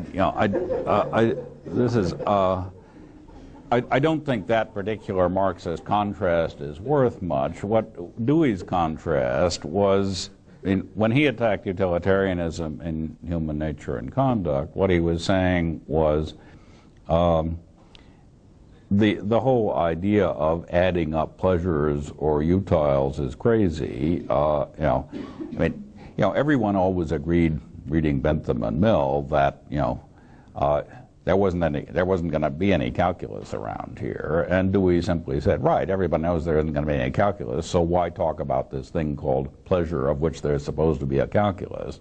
Why don't we just talk, in roughly Aristotelian terms about, satisfaction, fulfillment, realization of potentiality, growth, maturation, stuff like that. So I don't think that, I think the Eagleton kind of rhetoric is just, I don't know. I mean, it relies on nothing except this picture of a silly upper class or, a bunch of rich aesthetes. So as soon as you use the word sensitivity to somebody like Eagleton, all he can think about is, ability to tell one kind of Chinese porcelain apart from another kind of Chinese porcelain. I admit I don't quite get Eagleton. I mean, his rhetoric is such a combination of sort of knee-jerk anti-Americanism with traditional Marxism that it seems to me a very local, temporary kind of product. Dewey often uses, he often states growth as the ultimate goal of pragmatic society.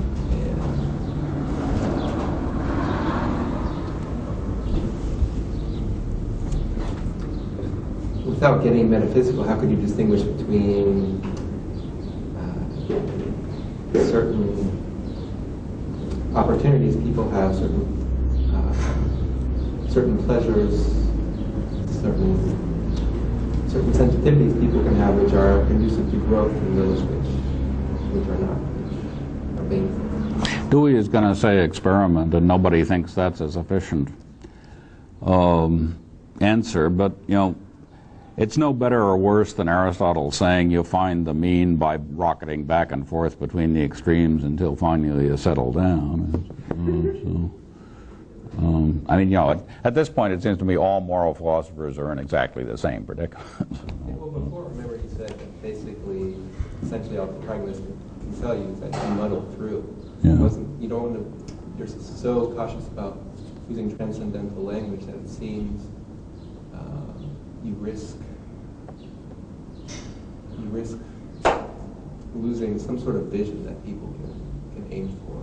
I mean, if you are experimenting and you basically muddle through, I suppose that can be good to demystify certain notions of growth, which might not be productive in the long run, but how would you propose? Yeah, I guess I think that vision, in individual as opposed to social deliberation, vision is primarily a matter of exemplars, real or imaginary persons whose lives one wishes one might live. Marxist intellectuals typically think of themselves as think of the lives of the workers and peasants exhibited in works of socialist realist art as what they really want human beings, what they really think the good life for man consists in, whether they, believe this or not. Other people have other visions, but I don't think you read a philosophy book to get a vision of, an ideal human life. You read, Plutarch's Lives or George Eliot or something like that. I just make a point about the pleasure versus the other things. I think this came up before, but maybe it's worth repeating. The fascination of the pleasure-pain calculus or whatever was really a Cartesian one. It was the idea, well, whatever else could be said about pleasure and pain as output measures, you knew right now exactly how much of it you had, and you knew everything there was to know about how much of it you had right now. So even people who are sort of gripped in this say, well, yeah, there is a problem with calculus because how can we compare what I know everything about, the amount of pleasure and pain I've got right now, and what you've got? Well, it's just a problem of other minds that's a dead giveaway that it's a Cartesian picture. The big move is just to say, well, whatever the output measure that matters for practical deliberation or moral, if you like, it's not like that. We can call it satisfaction of desires. That's in a sort of or even Aristotelian way. It doesn't matter much what we call it, as long as we admit that how you're doing is a question that's as much up for grabs and for differences of opinions about it as any other empirical matter. I mean, that's what's behind the sort of experimental idea. It's like, look, there's no point at which you're going to be able to say, well, at least we've got this much of that. That they can't take away from you. No, you might find out tomorrow that your desires were not being satisfied, that you were not, in fact, happier, though it had sort of seemed to you that you were. And somebody else might turn out to know more about it than you do. So it seems to me the important place to get off the utilitarian bus is just say, well, that depends on this Cartesian picture. Anything other than that is going to give us an experimental picture where we've got to worry that tomorrow we're going to find out more about it, or that there's some better way of doing it, or whatever. And if that's the point that Dewey wants to make, then he gives a very sketchy notion of sort of what it is we're trying to do. It's just not one of these things where you know everything about how it's going.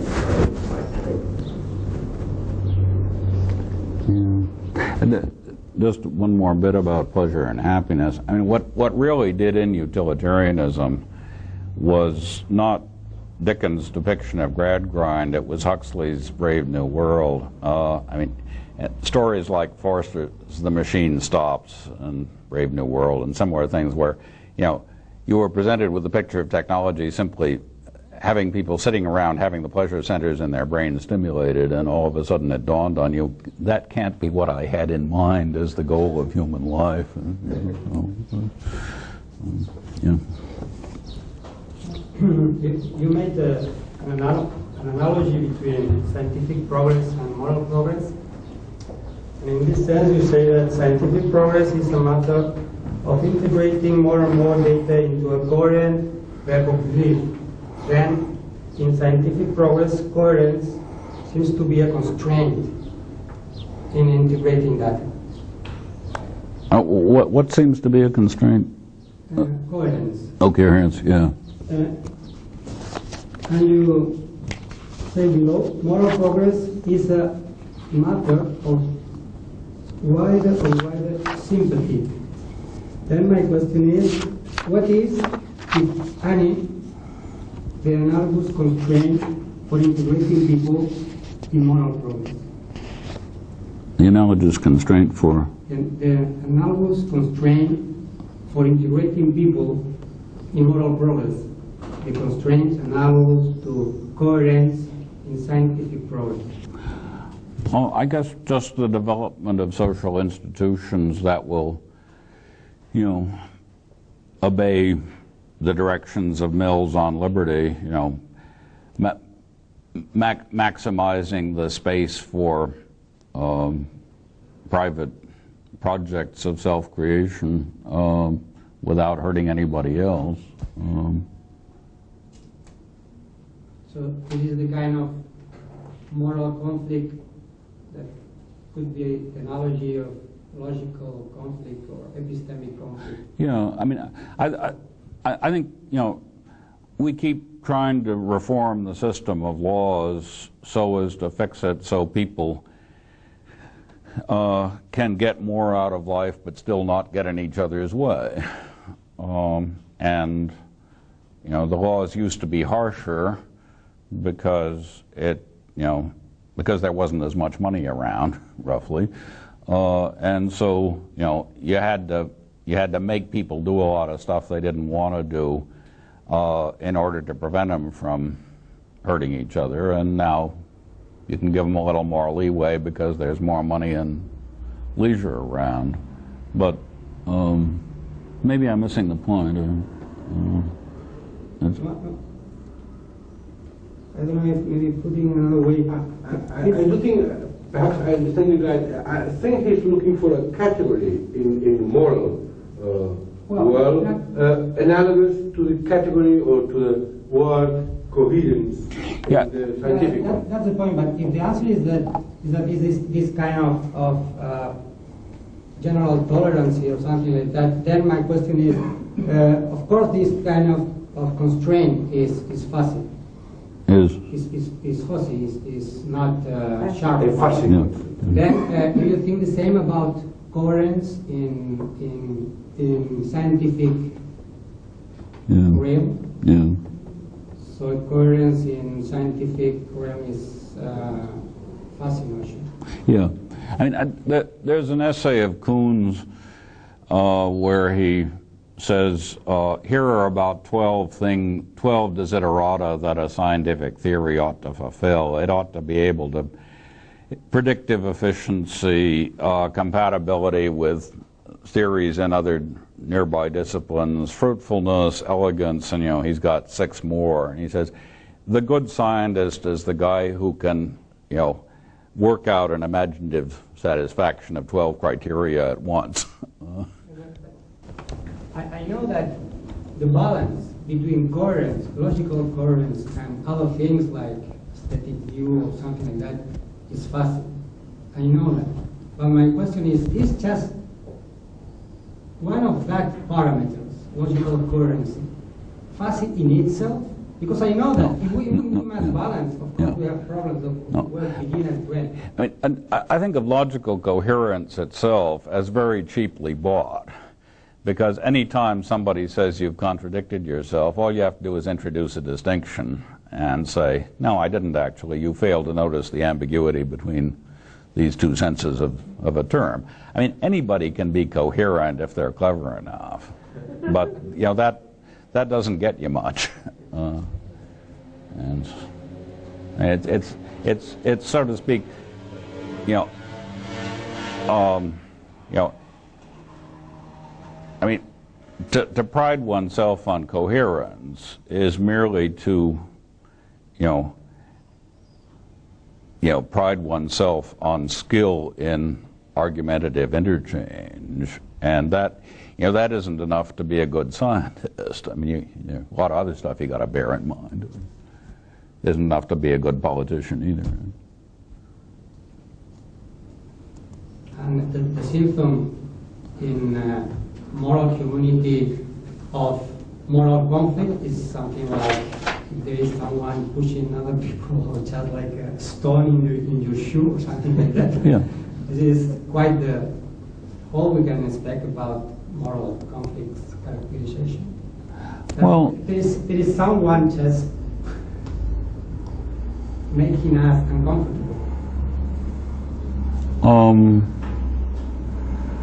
Like when you have data and theories, and you feel, well, it is something that it makes feel me uncomfortable. It is the same kind. Yeah. Yeah, I mean, you know, some people's existence strikes you as intolerable. A scientist looks at the reading on his instrument and says, this is intolerable. You know, I mean, the instrument must be wrong, or, you know, quantum physics has come crashing to the ground, or, you know, there must be, you know, I got to do something with this datum. You know, we got to do something with this person. I mean, you know, there are obvious differences, but I think it's a reasonable way of linking the two areas.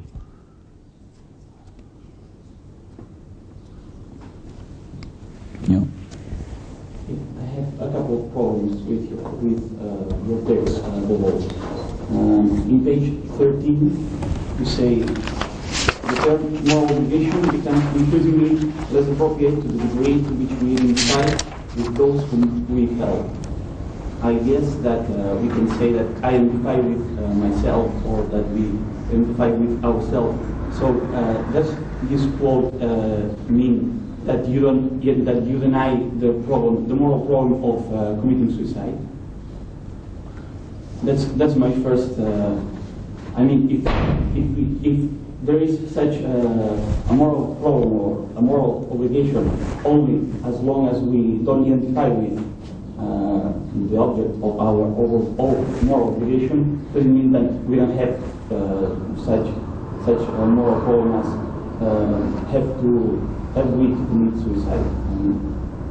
The other problem I have in your text is that in page 17 you say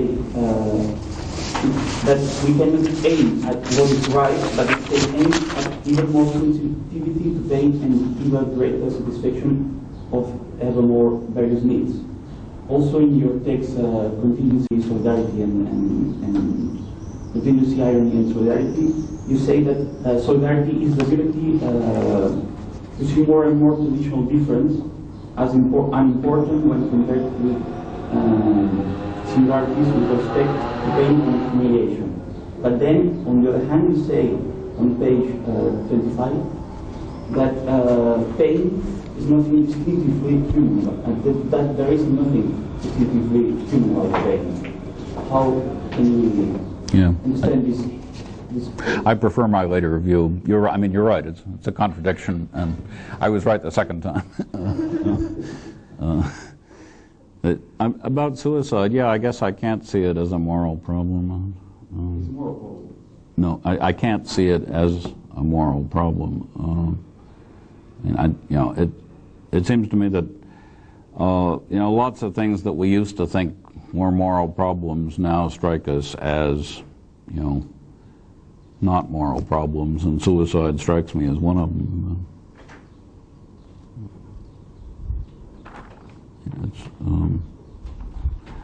I get another way of putting that is to say, with the increase in tolerance, wealth, leisure, whatnot, we are in the habit of saying about more and more decisions people make, well, it's their business. We shouldn't really try to advise them on this. And I think we've come to say that more and more about suicide. Well, this is going to be a very broad question, but I hope that we can give it a try nevertheless. We're reading again from this page 17 in your paper, where you say that more or less a grammatical analysis of moral is going to be parallel to this of science somehow. I read that the thoughts that you're going to develop are more or less in a Darwinian kind of affinity. I mean, you've talked already all this lecture that there is such affinity with the Darwinian vocabulary to describe things that happen in social practice. There is such a thing. Such an affinity with the Darwinian vocabulary to describe social practices and so on. Well, then would it be completely a disaster to talk in your terms of the moral law like the natural law in Darwinian terms, right? I mean, talking about moral progress as natural evolution and so on. I mean, are you speaking of moral law and moral progress in these terms?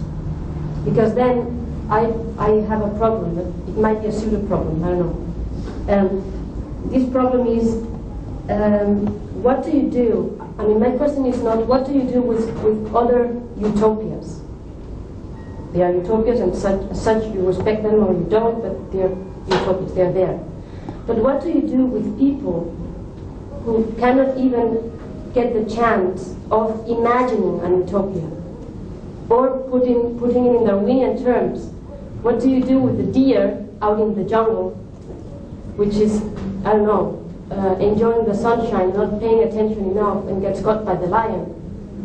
I mean, what do you do with people that as you say, well, you find yourself associated in this utopia with people who find it natural to act like this, like you act. For instance, it's one description in page 22. Or you say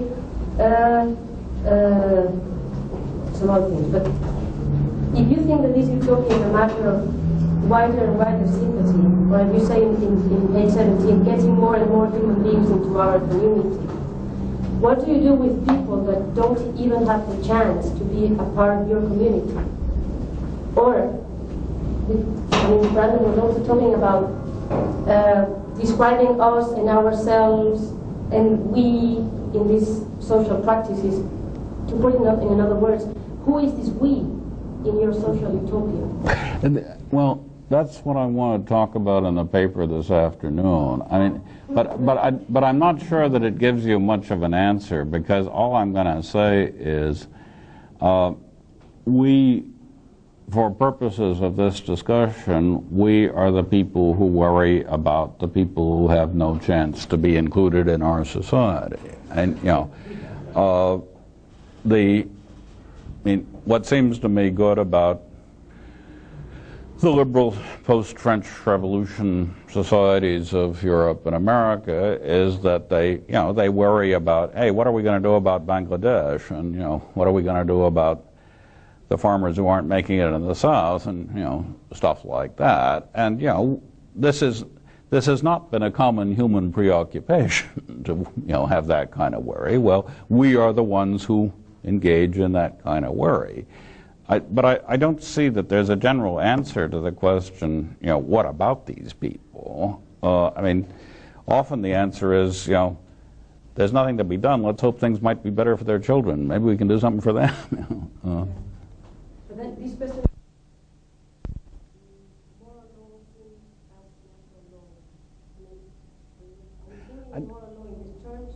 I guess I think that the whole idea of natural law is an unhappy metaphor. I mean, you know, there are generalizations which prove useful in manipulating the world, and we call the most spectacular of them the laws of nature. But, you know, if we didn't have this juridical metaphor, nothing would be lost. So you're not thinking of moral progress in terms of evolution?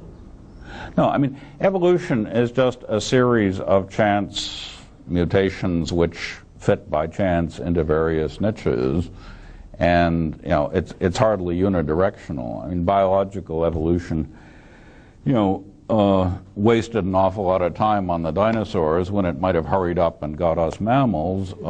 You know, Europe wasted a lot of time on the Dark Ages when it might have had the Renaissance, you know, a long time before. You know, in neither case do you get anything. You just get, you know, lots of ups and downs.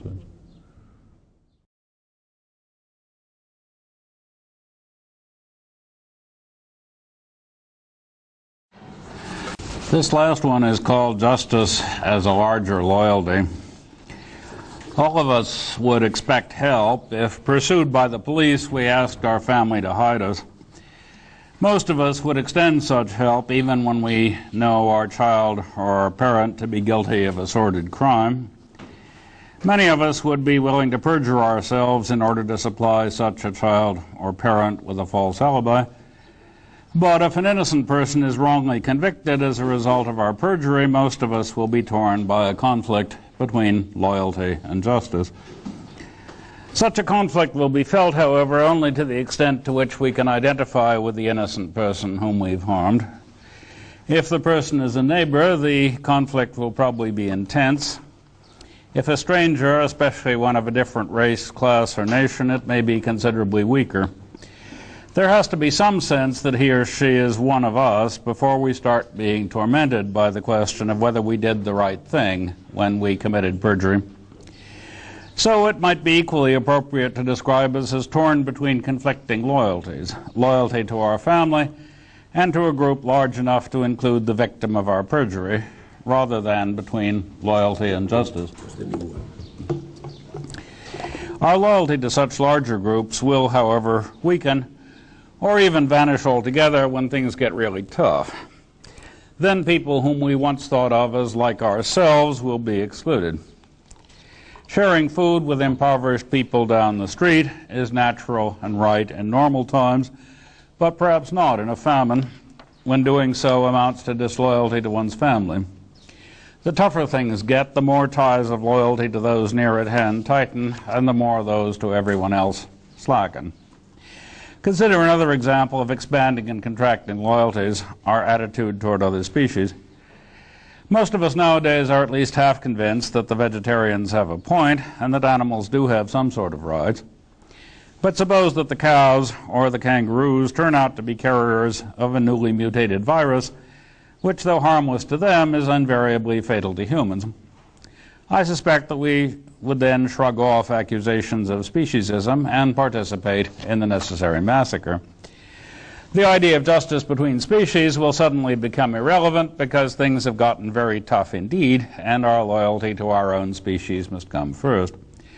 Loyalty to a larger community, that of all living creatures on our home planet, would under such circumstances quickly fade away. As a final example, consider the tough situation created by the accelerating export of jobs from the first world to the third.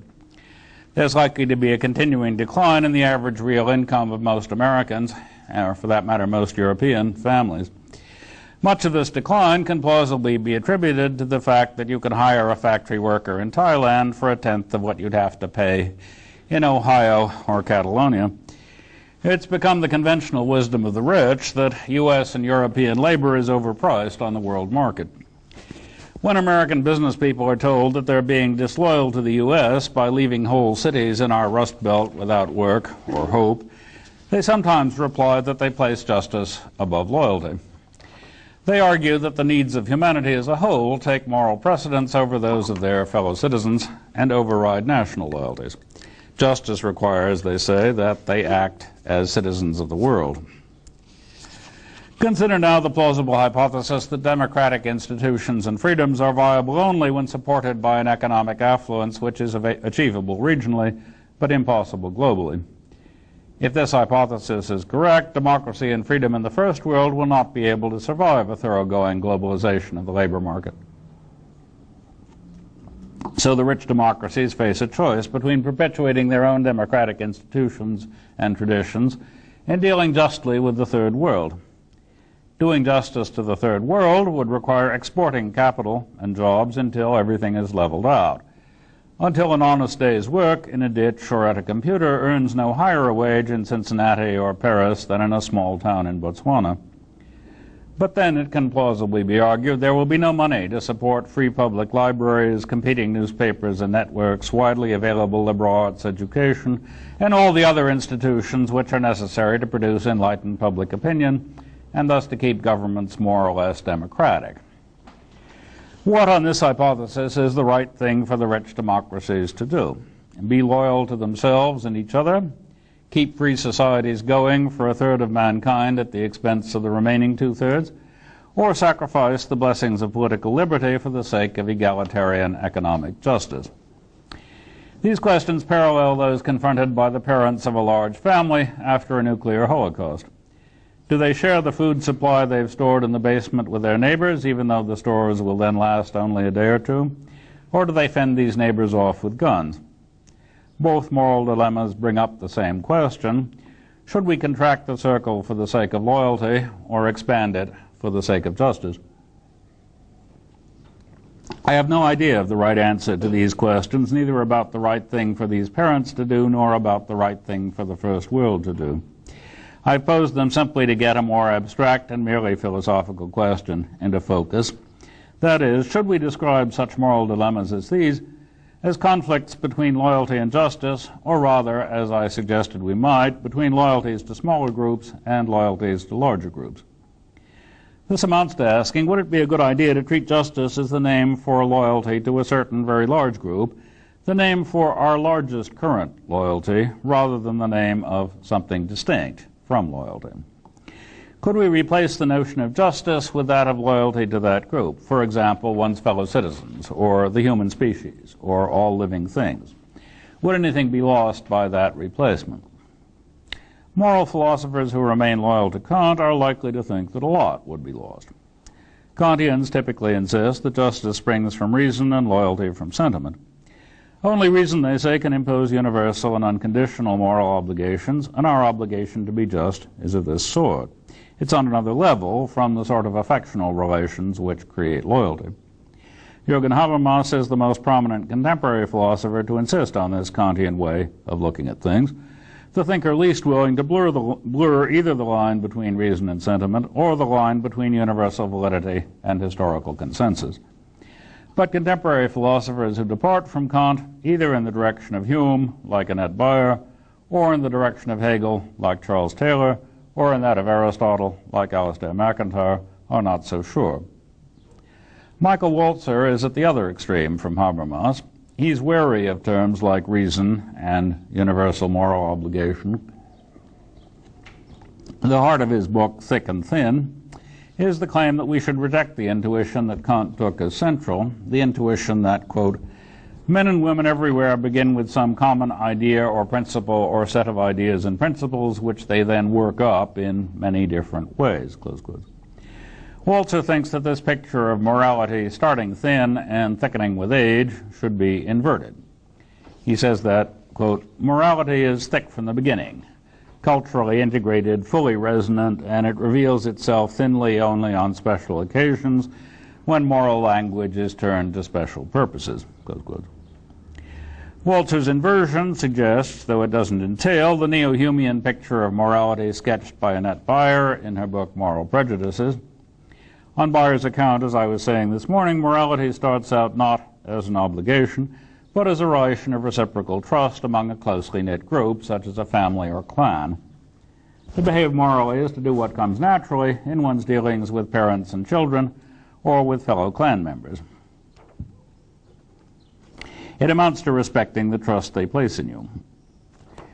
Obligation as opposed to trust enters the picture only when your loyalty to a smaller group conflicts with your loyalty to a larger group.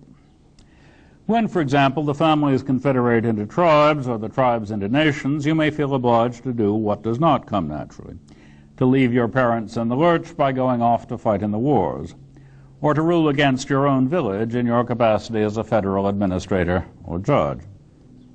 What Kant would describe as the resulting conflict between moral obligation and sentiment, or between reason and sentiment, is, on a non-Kantian account of the matter, a conflict between one set of loyalties and another set of loyalties.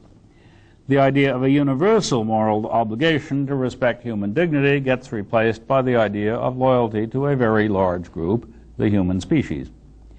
The idea that moral obligation extends beyond that species to an even larger group becomes the idea of loyalty to all those who, like yourself, can experience pain, even the cows and the kangaroos, or perhaps even to all living things, even the trees. This non-Kantian view of morality can be rephrased as the claim that one's moral identity is determined by the group or groups with which one identifies, the group or groups to which one cannot be disloyal and still like oneself. Moral dilemmas are not, in this view, the result of a conflict between reason and sentiment, but between alternative selves, alternative self-descriptions, alternative ways of giving a meaning to one's life. Non-Kantians don't think that we have a central true self by virtue of our membership in the human species, a self which responds to the call of reason. They can instead agree with Daniel Dennett that a self is a center of narrative gravity. In non-traditional societies, most people have several such narratives at their disposal, and thus several different moral identities. It's this plurality of identities which accounts for the number and variety of moral dilemmas, moral philosophers, and psychological novels in such societies.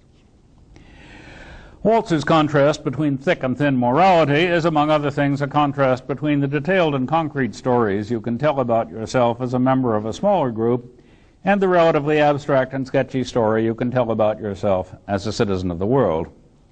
You know more about your family than about your village, more about your village than about your nation, more about your nation than about humanity as a whole, more about being human than about simply being a living creature. You're in a better position to decide what differences between individuals are morally relevant when dealing with those whom you can describe thickly, and in a worse position when dealing with those whom you can only describe thinly. This is why, as groups get larger, law has to replace custom, and abstract principles have to replace phronesis. So Kantians are wrong to see phronesis as a thickening up of thin abstract principles. Plato and Kant were misled by the fact that abstract principles are designed to trump parochial loyalties into thinking that the principles are somehow prior to the loyalties, that the thin is somehow prior to the thick. Or if Plato and Kant weren't misled, somebody was. There's a tradition around here somewhere to this effect. Walzer's thick-thin distinction can be allied with Rawls's contrast between a shared concept of justice and various conflicting conceptions of justice. Rawls sets out that contrast as follows, quote, "The concept of justice applied to an institution means, say, that the institution makes no arbitrary distinctions between persons in assigning basic rights and duties, and that its rules establish a proper balance between competing claims. A conception includes, besides this, principles and criteria for deciding which distinctions are arbitrary and when a balance between competing claims are proper. People can agree on the meaning of justice and still be at odds, since they affirm different principles and standards for deciding these matters." Phrased in Rawls's terms, Walzer's point is that thick, fully resonant conceptions of justice, complete with distinctions between the people who matter most and the people who matter less, come first. The thin concept and its maxim, "don't make arbitrary distinctions between moral subjects," is articulated only on special occasions.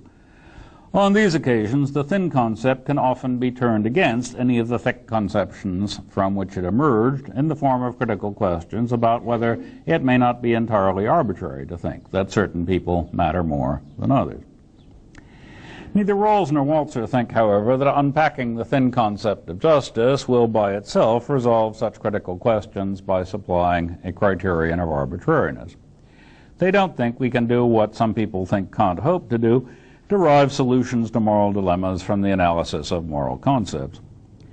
To put the point in the terminology I'm suggesting, we cannot resolve conflicting loyalties by turning away from them all toward something categorically distinct from loyalty, the universal moral obligation to act justly.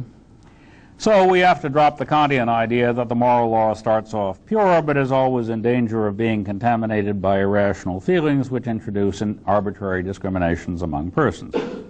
We have to substitute the Hegelian Marxist idea that the so-called moral law is, at best, a handy abbreviation for a concrete web of social practices.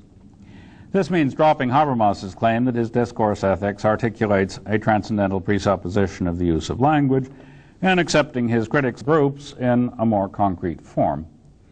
Consider the question of whether the demands for reform made on the rest of the world by Western liberal societies are made in the name of something not merely Western, something like morality or humanity or rationality, or are simply expressions of loyalty to local Western conceptions of justice. Habermas would say that they're the former, I'd say that they're the latter, but none the worse for that. I think it's better not to say that the liberal West is better informed about rationality and justice, and instead to say that, in making demands on non-liberal societies, it is simply being true to itself.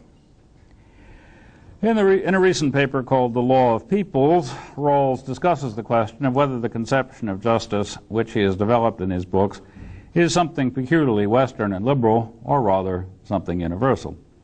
He would like to be able to claim universality. He says it's important to avoid historicism, and he believes he can do this if he can show that the conception of justice suited to a liberal society can be extended beyond such societies through formulating what he calls the law of peoples. He outlines in that paper an extension of the constructivist procedure proposed in his book, A Theory of Justice, an extension which, by continuing to separate the right from the good, lets us encompass liberal and non-liberal societies under the same law. As Rawls develops this constructivist proposal, however, it emerges that this law applies only to reasonable people, in a quite specific sense of the term reasonable. The conditions which non-liberal societies must honor in order to be, quote, accepted by liberal societies as members in good standing of the Society of Peoples, close quote, include the following, quote, Its system of law must be guided by a common good conception of justice that takes impartially into account what it sees not unreasonably as the fundamental interests of all members of society. Rawls takes the fulfillment of that condition to rule out violation of basic human rights. These rights include at least, quote, quoting from Rawls, certain minimum rights to means of subsistence and security, the right to life, to liberty, freedom from slavery, serfdom, and forced occupations, and personal property, as well as to formal equality as expressed by the rules of natural justice, for example, that similar cases be treated similarly, close quotes. When Rawls spells out what he means by saying that the admissible non-liberal societies must not have unreasonable philosophical or religious doctrines, he glosses the term unreasonable by saying that these societies must, quote, admit a measure of liberty of conscience and freedom of thought, even if these freedoms are not in general equal for all members of society, close quotes. Rawls's notion of what is reasonable, in short, confines membership of the Society of Peoples to societies whose institutions encompass most of the hard-won achievements of the West in the 2 centuries since the Enlightenment. It seems to me that Rawls cannot both reject historicism and invoke this notion of reasonableness. For the effect of that invocation is to build most of the West's recent decisions about which distinctions between people are arbitrary into the conception of justice which is implicit in the law of peoples. The difference between different conceptions of justice, remember, are differences between what features of people are seen as relevant to the adjudication of their competing claims. There's obviously enough wriggle room in phrases like similar cases should be treated similarly to allow for arguments that believers and infidels, men and women, blacks and whites, gays and straight should be treated as relevantly dissimilar. So there's room to argue that discrimination on the basis of such differences is not arbitrary. If we're going to exclude from the Society of Peoples societies in which infidel homosexuals are not permitted to engage in certain occupations, those societies can quite reasonably say that we are, in excluding them, appealing not to something universal, but to very recent developments in Europe and America. I agree with Habermas when he says that, quote, what Rawls in fact prejudges with the concept of an overlapping consensus is the distinction between modern and pre-modern forms of consciousness, between reasonable and dogmatic world interpretations, close quotes. But I disagree with Habermas, as I think Walzer also would, when he goes on to say that Rawls, quote, can defend the primacy of the right over the good with the concept of an overlapping consensus only if it is true that post-metaphysical worldviews that have become reflexive under modern conditions are epistemically superior to dogmatically fixed fundamentalist worldviews, indeed only if such a distinction can be made with absolute clarity. Close quotes. Habermas's point is that Rawls needs an argument from transculturally valid premises for the superiority of the liberal West. Without such an argument, he says, quote, the disqualification of unreasonable doctrines that cannot be brought into harmony with the proposed political concept of justice is inadmissible, close quote. Such passages make clear why Habermas and Walzer are at opposite poles. Walzer is taking for granted that there can be no such thing as a non-question begging demonstration of the epistemic superiority of the Western idea of reasonableness. There is for Walzer no tribunal of transcultural reason before which one could try the question of superiority. Walzer is presupposing what Habermas calls a strong contextualism for which there is no single rationality. On this conception, Habermas continues, quote, individual rationalities are correlated with different cultures, worldviews, traditions, or forms of life. Each of them is viewed as internally interwoven with a particular understanding of the world, close quote. I think that Rawls's constructivist approach to the law of peoples can work if he adopts what Habermas calls a strong constructivism, but doing so would mean giving up the attempt to escape historicism, as well as the attempt to supply a universalistic argument for the West's most recent views about which differences between persons are arbitrary.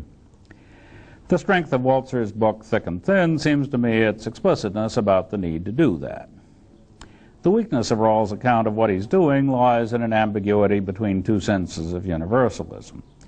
When Rawls says that a constructivist liberal doctrine is universal in its reach once it is extended to a law of peoples, he's not saying that it's universal in its validity.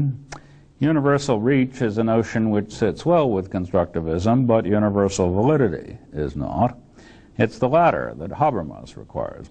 That's why Habermas thinks that we need really heavy philosophical weaponry modeled on Kant's, why he thinks that only transcendental presuppositions of any possible communicative practice will do the job. To be faithful to his own constructivism, I think, Rawls has to agree with Walzer that this job just doesn't need to be done.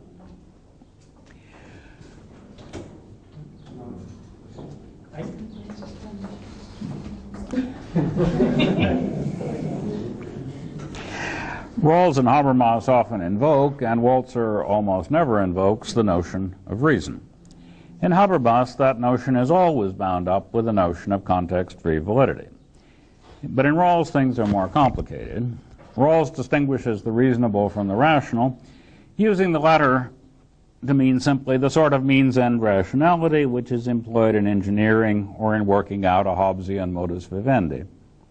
But he often invokes a third notion, that of practical reason, as when he says that the authority of a constructivist liberal doctrine, quote, rests on the principles and conceptions of practical reason, close quotes. Rawls's use of this Kantian term may make it sound as if he agreed with Kant and Habermas that there is a universally distributed human faculty called practical reason, existing prior to and working quite independently of the recent history of the West, a faculty which tells us what counts as an arbitrary distinction between persons and what doesn't. Such a faculty would do the job Habermas thinks needs doing, detecting transcultural moral validity. But this can't, I think, be what Rawls intends. For he also says that his own constructivism differs from all philosophical views which appeal to a source of authority, and in which, quote, the universality of the doctrine is the direct consequence of its source of authority, close quotes. As examples of sources of authority, he cites, quote, human reason, or an independent realm of moral values, or some other proposed basis of universal validity, close quotes. In other words, Rawls is, an anti-authoritarian in my sense of the term. So I think we have to construe his phrase, the principles and conceptions of practical reason, close quote, as referring to whatever principles and conceptions are in fact arrived at in the course of creating a community. Rawls emphasizes that creating a community is not the same thing as working out a modus vivendi, a task which requires only means-end rationality, not practical reason. A principle or conception belongs to practical reason in Rawls's sense if it emerged in the course of people starting thick and getting thin, thereby developing an overlapping consensus and setting up a more inclusive moral community. Practical reason for Rawls is, so to speak, a matter of procedure rather than of substance, of how we agree on what to do rather than of what we agree on. This definition of practical reason suggests that there may be only a verbal difference between Rawls's and Habermas's positions. For Habermas's own attempt to substitute communicative reason for subject-centered reason is itself a move toward substituting how for what. The first sort of reason is a source of truth, truth somehow coeval with the human mind. The second sort of reason is not a source of anything, but simply the activity of justifying claims by offering arguments rather than, for example, threats. Like Rawls, Habermas focuses on the difference between persuasion and force rather than, as Plato and Kant did, on the difference between two parts of the human person, the good rational part and the dubious passionate or sensual part. Both would like to de-emphasize the notion of the authority of reason, the idea of reason as a faculty which issues decrees, and substitute the notion of rationality as what is present whenever people communicate, whenever they try to justify their claims to one another, rather than threatening each other. The similarities between Rawls and Habermas seem even greater in the light of Rawls's endorsement of Thomas Scanlon's answer to, quote, the fundamental question of why anyone should care about morality at all, close quotes, namely that quoting Scanlon, "We have a basic desire to be able to justify our actions to others on grounds that they could not reasonably reject, reasonably, that is, given the desire to find principles that others similarly motivated could not reasonably reject." Close quote. This suggests that the two philosophers might agree on the following claim. The only notion of rationality we need, at least in moral and social philosophy, is that of a situation in which people do not say, "Your own current interests dictate that you agree to our proposal," but rather, "Your own central beliefs, the ones which are central to your own moral identity, suggest that you should agree to our proposal." This notion of rationality can be delimited using Walzer's terminology by saying that rationality is found wherever people envisage the possibility of getting from different thicks to the same thin. To appeal to interests rather than beliefs is to urge a modus vivendi. Such an appeal is exemplified by the speech of the Athenian ambassadors to the unfortunate Melians, as reported by Thucydides.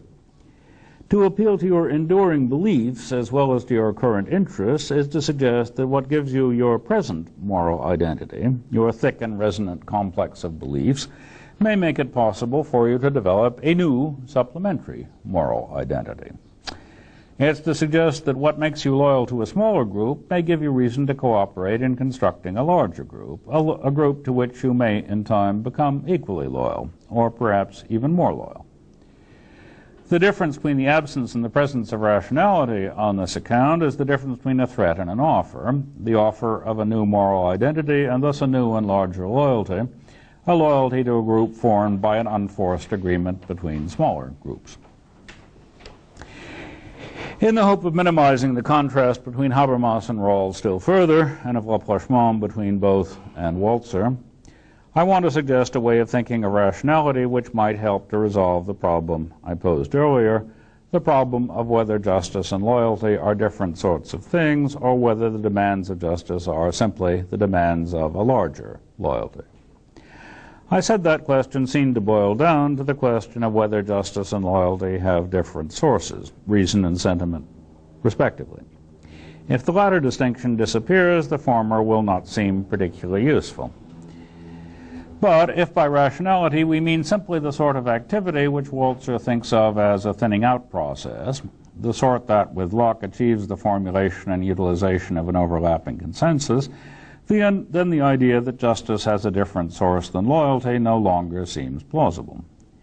For on this account of rationality, being rational and acquiring a larger loyalty are two descriptions of the same activity.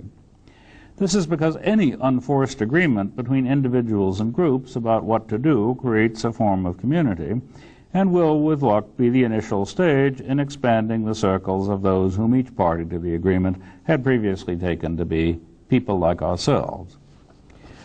The opposition between rational argument and fellow feeling thus begins to dissolve, for fellow feeling may, and often does, arise from the realization that the people whom one thought one might have to go to war with, to use force on, are, in Rawls's sense, reasonable. They are, it turns out, enough like us to see the point of compromising differences in order to live in peace, and of abiding by the agreement that has been hammered out. They are, to some degree at least, trustworthy. From this point of view, Habermas's distinction between a strategic use of language and a genuinely communicative use of language begins to look like a difference between positions on a spectrum of degrees of trust. Bayer's suggestion that we take trust rather than obligation to be our fundamental moral concept would thus produce a blurring of the line between rhetorical manipulation and genuine validity-seeking argument, a line which I think Habermas draws too sharply. If we cease to think of reason as a source of authority and think of it simply as the process of reaching agreement by persuasion, then the standard dichotomy of reason and feeling begins to fade away. That dichotomy can be replaced by a continuum of degrees of overlap of beliefs and desires. When people whose beliefs and desires do not overlap very much disagree, they tend to think of each other as crazy, or more politely, as irrational. When there's considerable overlap, on the other hand, they may agree to differ and regard each other as the sort of people one can live with, and eventually perhaps the sort one can be friends with, intermarry with, and so on. To advise people to be rational is, on the view I'm offering, simply to suggest that somewhere among their shared beliefs and desires there may be enough resources to permit agreement on how to coexist without violence. To conclude that somebody is irredeemably irrational is not to realize that she is not making proper use of her God-given faculties. It's rather to realize that she doesn't seem to share enough relevant beliefs and desires with us to make possible fruitful conversation about the issue in dispute. So we reluctantly conclude we have to give up on the attempt to get her to enlarge her moral identity and settle for working out a modus vivendi, one which may involve the threat or even the use of force. A stronger, more Kantian notion of rationality would be invoked if one said that being rational guarantees a peaceful resolution of conflicts, that if people are willing to reason together long enough, what Habermas calls the force of the better argument will lead them to concur. This stronger notion strikes me as pretty useless. I see no point in saying that it's more rational to prefer one's neighbors to one's family in the event of a nuclear holocaust, or more rational to prefer leveling off incomes around the world to preserving the institutions of liberal Western societies. To use the word rational to commend one's chosen solution to such dilemmas, or to use the term yielding to the force of the better argument to characterize one's way of making up one's mind, is to pay oneself an empty compliment. More generally, the idea of the better argument makes sense only if one can identify a natural transcultural relation of relevance which connects propositions with one another so as to form something like Descartes' natural order of reasons. Without such a natural order, one can only evaluate arguments by their efficacy in producing agreement among particular persons or groups. But the required notion of natural intrinsic relevance, relevance dictated not by the needs of any given community, but by human reason as such, seems no more plausible or useful than that of a God whose will can be appealed to in order to resolve conflicts between communities.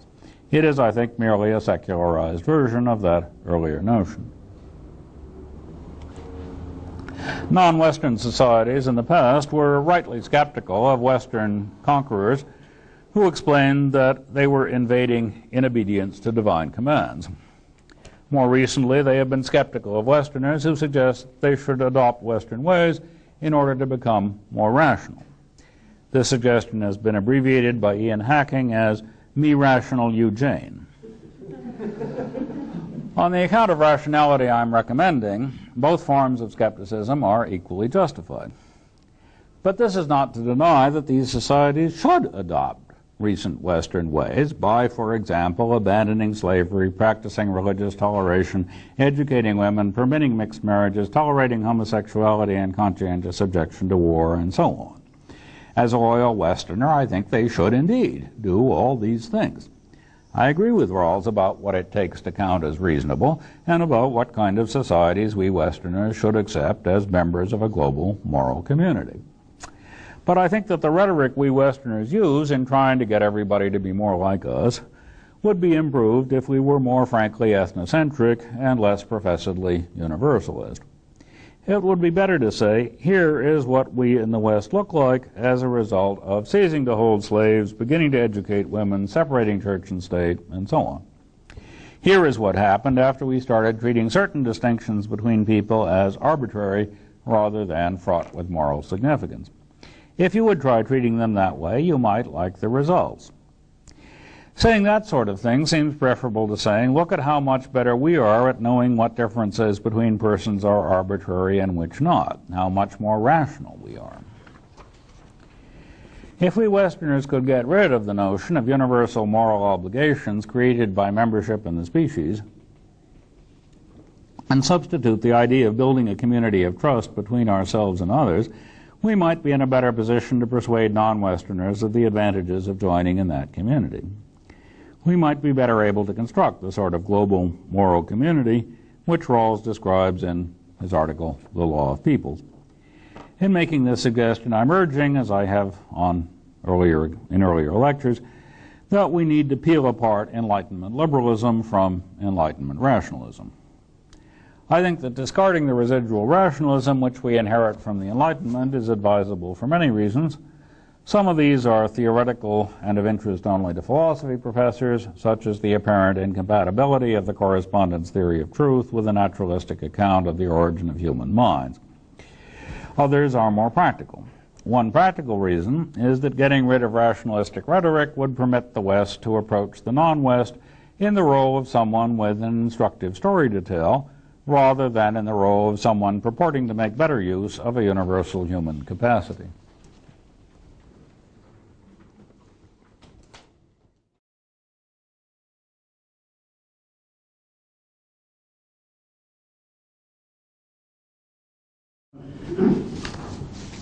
Maybe this just betrays my not getting around in this literature enough, but I'm struck by your use of loyalty, not a concept one hears much about in the literature of moral philosophy, I think.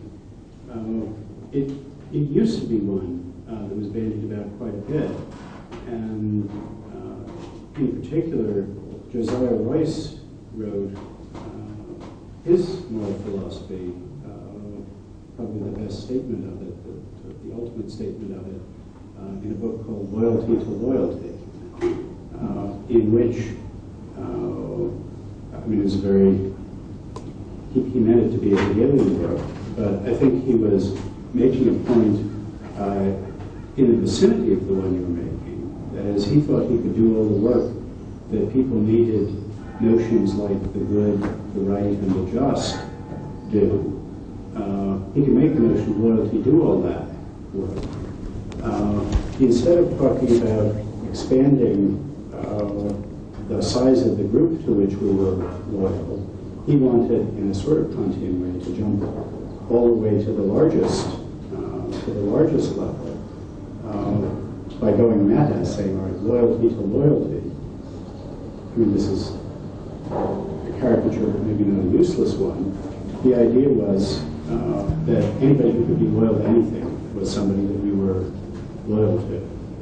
That was how we were going to get to the most inclusive group. But he starts off in something like the same way you do. Look, isn't it something like this sense of loyalty? Where are the things that we're pleased to call moral intuitions, the moral aspect of our life, starts? Now let's think about why that's so important to us, what do we mean by that, and so on. Aren't we seeing our best selves there? Well, then, anybody who is moved by this has a best self, and we're implicitly in seeing our loyalties as the defining thing about us. We're somehow implicitly already loyal to loyalty, and so to this larger community. That's not Habermas's way of jumping to the most inclusive community. Is it a via media between you and him?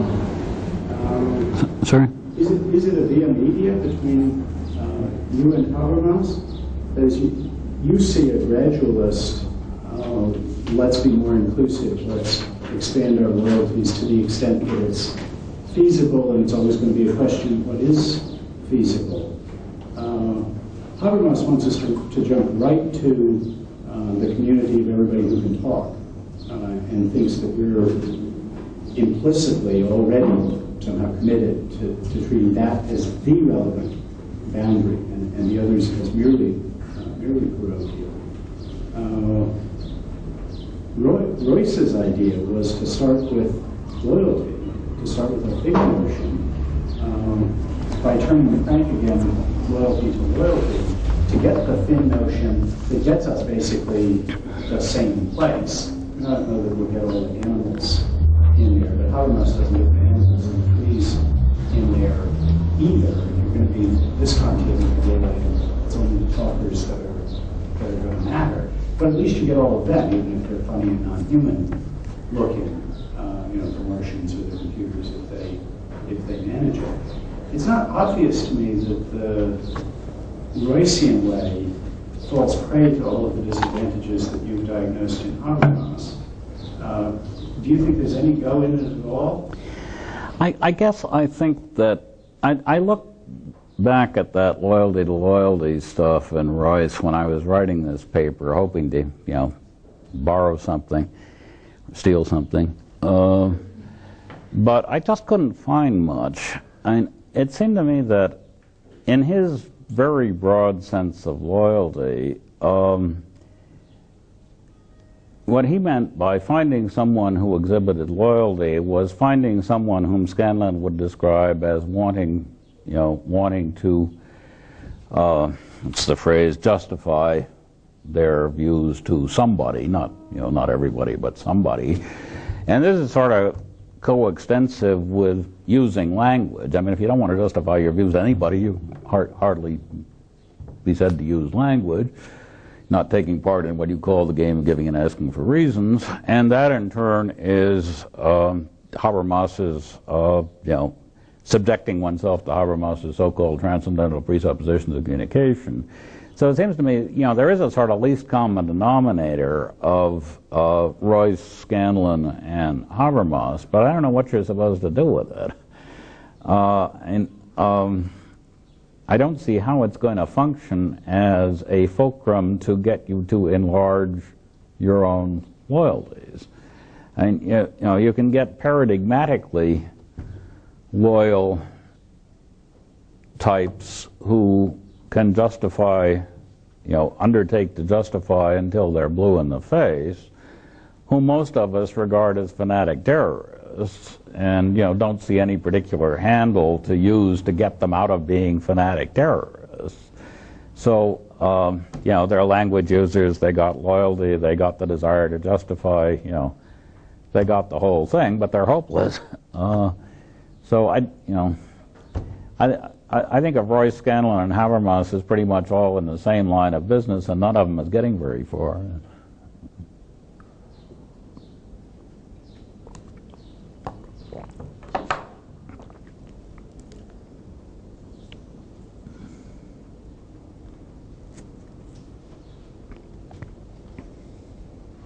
And to come back to this stuff about, lots of little things weaving together a polychrome quilt with 1,000 stitches and so on, this is just a way of saying, historically that's how it happened. It would have been nice if there had been a shortcut consisting in appeals to loyalty as such, or language use as such, or justification as such, but there wasn't, so they took the long way round. Well, or one might say, we did have one shot at the short route, and it was the French Revolution, and we basically, though we got a lot of good rhetoric out of it, had to back off and start over again, because it turned out it didn't work if you did it. You couldn't do it at one stroke. You might say it didn't work in France very well for a while, but it changed the European self-image in a way that paid off in the course of the 19th century. That, the mere possibility of the event of the French Revolution made it possible for the Europeans and the Americans to think of to have a different center of narrative gravity, as Dennett says. So, it wasn't exactly a shortcut in the way of finding a quick and dirty argument. It was a shortcut by way of opening up an imaginative possibility that hadn't really been live before the revolution actually cut off some heads. And Bjorn?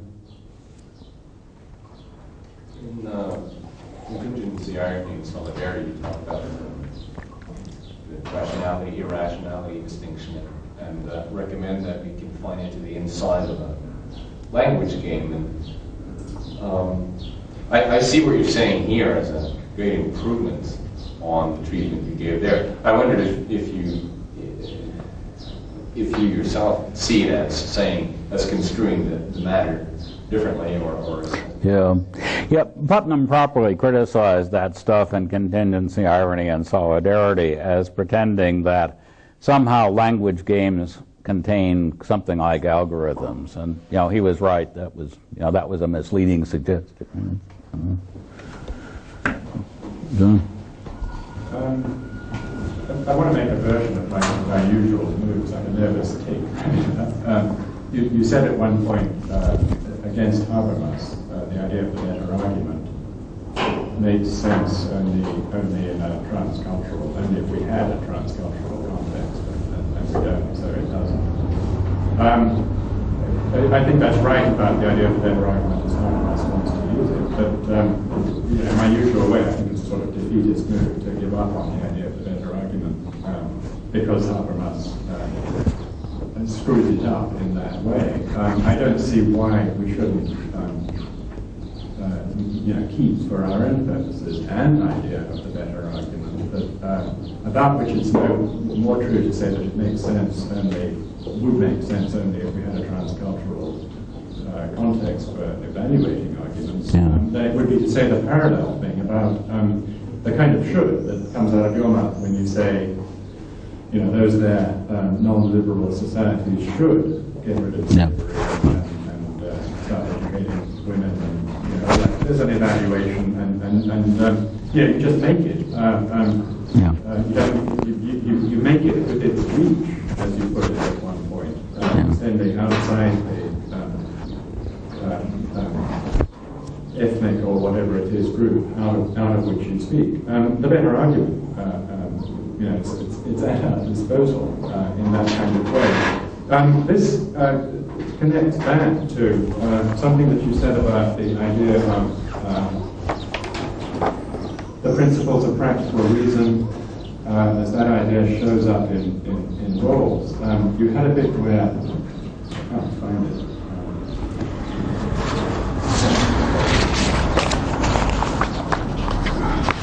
Page 17.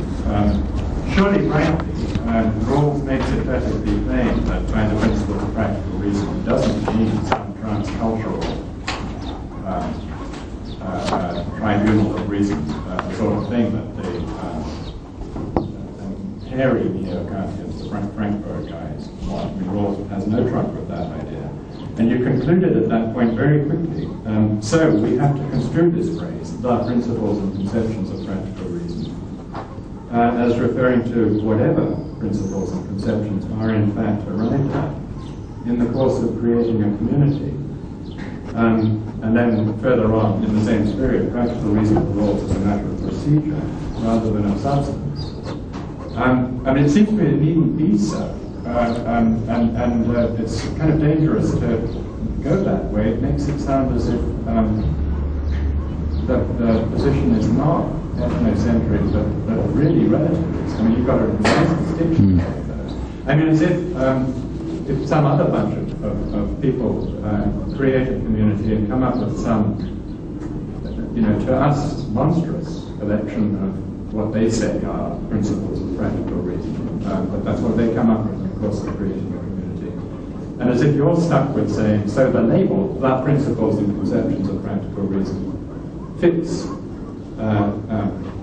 that bunch of stuff insofar as it conforms to the procedural characterization, just as well as it fits Rawls's late 20th century Western liberal substantive conception of the principle. I mean, I think Rawls can have it that the principles of justice and the principles of practical reason pretty much coincide. I mean, it's the same sort of gesture. These are the principles of practical reason, I say, in the same spirit as I say, these are the better arguments, or in the same spirit as I say, they should get rid of slavery, they should educate their women. There needn't be a flopping back into pretending to have some kind of universal grounding. Maybe. I can't remember his use of the term that clearly, and I don't think it is very clear, really, but, I was left with the impression that he would think of something like the Confucian ethic of ancient China as an example of practical reason, even though, let's say, no Confucian ever dreamed of teaching women how to read and write. But I'm not sure. I agree with you about the force of the better argument if one is... I mean, I think what's touchy here is when you say things like, we're gebildet, they aren't. We were properly brought up, they aren't. It's something we all believe, God knows. It's just that most philosophers think it their professional duty never to use the phrase. And, it's a touchy point in the interpretation of Plato, but, I have usually thought of Plato reading an early draft of the Nicomachean Ethics and saying, geez, this kid didn't get the idea. It's how we, there's this story about Winston Churchill who went to Sandringham, the military, not Sandringham, whatever it was, the military academy they have in Britain. So he didn't get the usual classical education. And somebody, when he was in his 40s, somebody said, Winston, you never read Aristotle? And, nope, never read Aristotle. So they gave him a copy of the Nicomachean Ethics. And some weeks later, Churchill gave it back, and his friend said, how'd you like it? And he said, well, I read some of it, but, that was the way I was brought up. Why do I need to read this? And, I mean, there did seem to me that tone in the ethics of, people who are brought up, will know what I'm talking about, and people who aren't well brought up won't. And, this is the way outside of the philosophy classroom we proceed in everyday life. It's just when we drag it into the classroom, it sounds out of place. And that's why I have a feeling you're just not going to get away with Bildung. It's, once people, the phrase in your book, Mind and World, that is going to be least popular is properly brought up. I mean, that's the one that'll kill the book, if anything. I mean, it has this great intuitive appeal that the Nicomachean Ethics also has, but Plato somehow set the rules where you weren't supposed to do that. I'm wondering, picking up on John's point just now, I think of what he's doing now in the response as a kind of ethnocentric ascent, shifting up the level of what you call ethnocentrism to a level where you need feel no scruples about saying things like the better argument should be in. So it may be that the fear of the rhetorical consequences of talking that way that you have would be alleviated once you start looking carefully at the kinds of claims that somebody would make once they are a mature historicist relying on Sellers and Davidson and you and proceeding to make this kind of ethnocentric ascent, the kinds of claims they would use to back up those kinds of diagnostic remarks. How it is they would set about, or the purposes to which they would put them. So I took the point that you wanted to make in CIS with the rationality distinction is, look, the point you make here when you say, you pay yourself an empty compliment when you say, well, I may not have convinced the other guy, but at least I was being rational.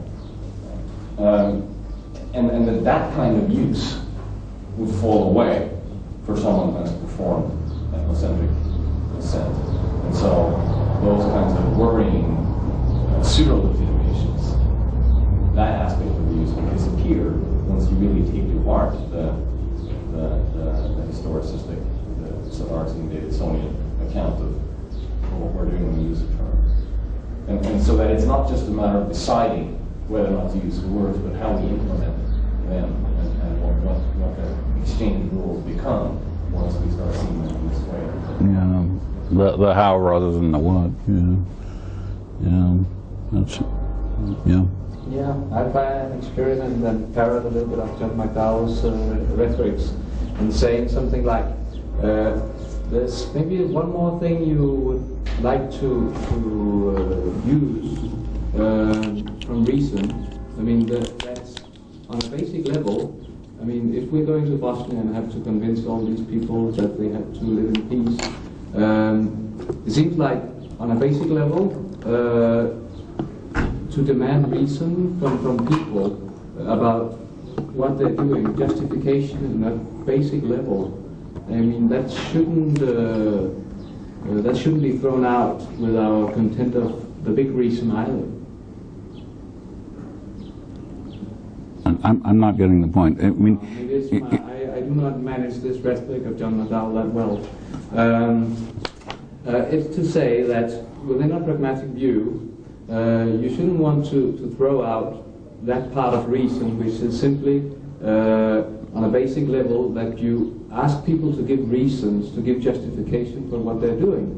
I mean, as a theoretic, that you wouldn't want to throw out either, no? Well, no, certainly not, but yeah, I'm nervous about your putting it as throwing out that part of reason. I mean, it seems to me all that John and I are arguing about is which bits of rhetoric to keep and which to throw away. It isn't that, you know, reason has parts and you keep some and you keep others.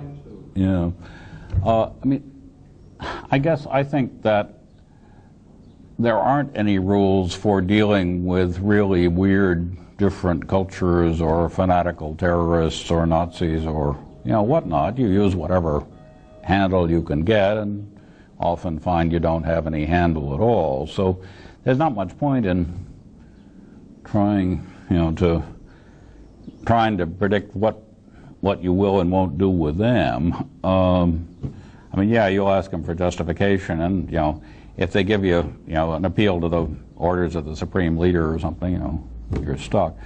I think that most of the issues revolve around what rhetoric you can get philosophy professors to buy. You know, what kind of reflective equilibrium you can get among the contemporary learned of the West, and you know, it's, I mean, what the word that has been found most offensive in everything I've ever written is ethnocentrism.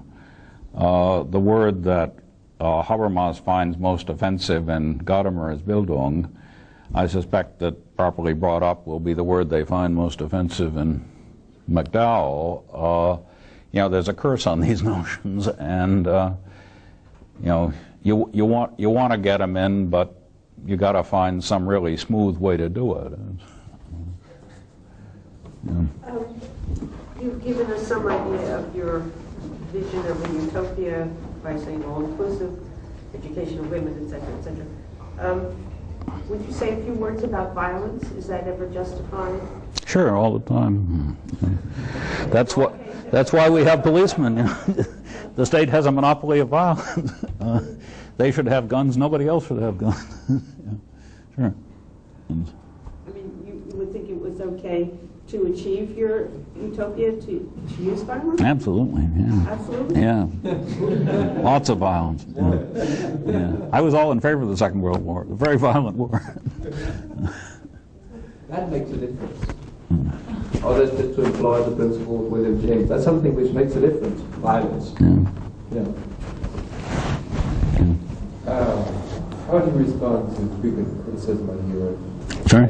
How do you respond to the frequent criticism I hear of the modern liberal democracy?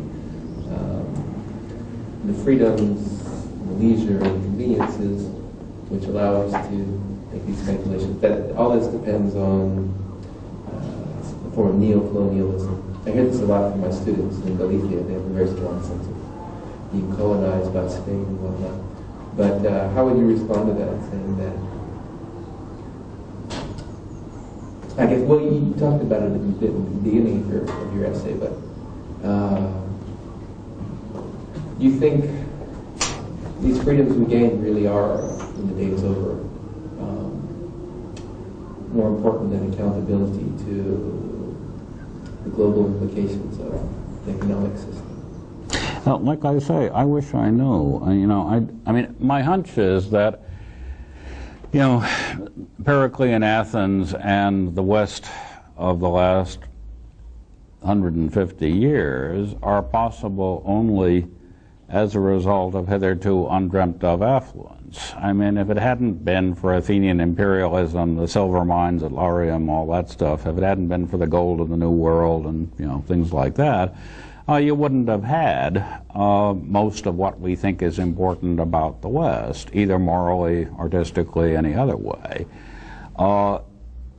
Dewey's generation thought that the kind of affluence that made Athens and the modern West possible was going to be available to the human race by virtue of technology. You know, he thought that, you know, given enough technology, everybody could lead bourgeois lives. He could still be right. It just looks more implausible than it did in his time. But, you know, if they develop quick fusion, cheap fusion energy and a few other things, you know, who knows? But I have no better ideas. I mean, you know, obviously it takes enormous affluence. I don't think that that shows that there's something deeply corrupt about Periclean Athens, the modern West, or something like that. I think it just shows you what human beings can do when they have a lot of money. They become much more virtuous.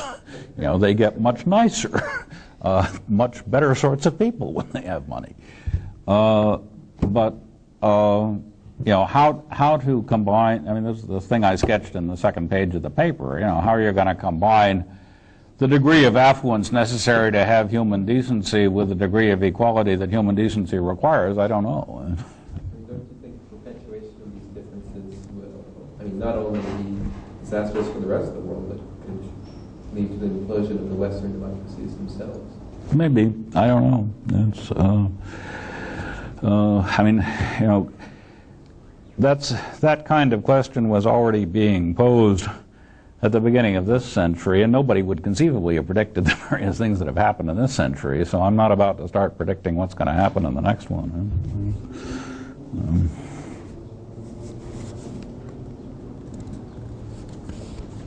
Okay. Just an afterword. Thank you very much, Professor Rorty, for this wonderful pragmatism week. Thank you very much for asking me. I'm very grateful to all of you for having had the patience to sit through all this. Thank you very much.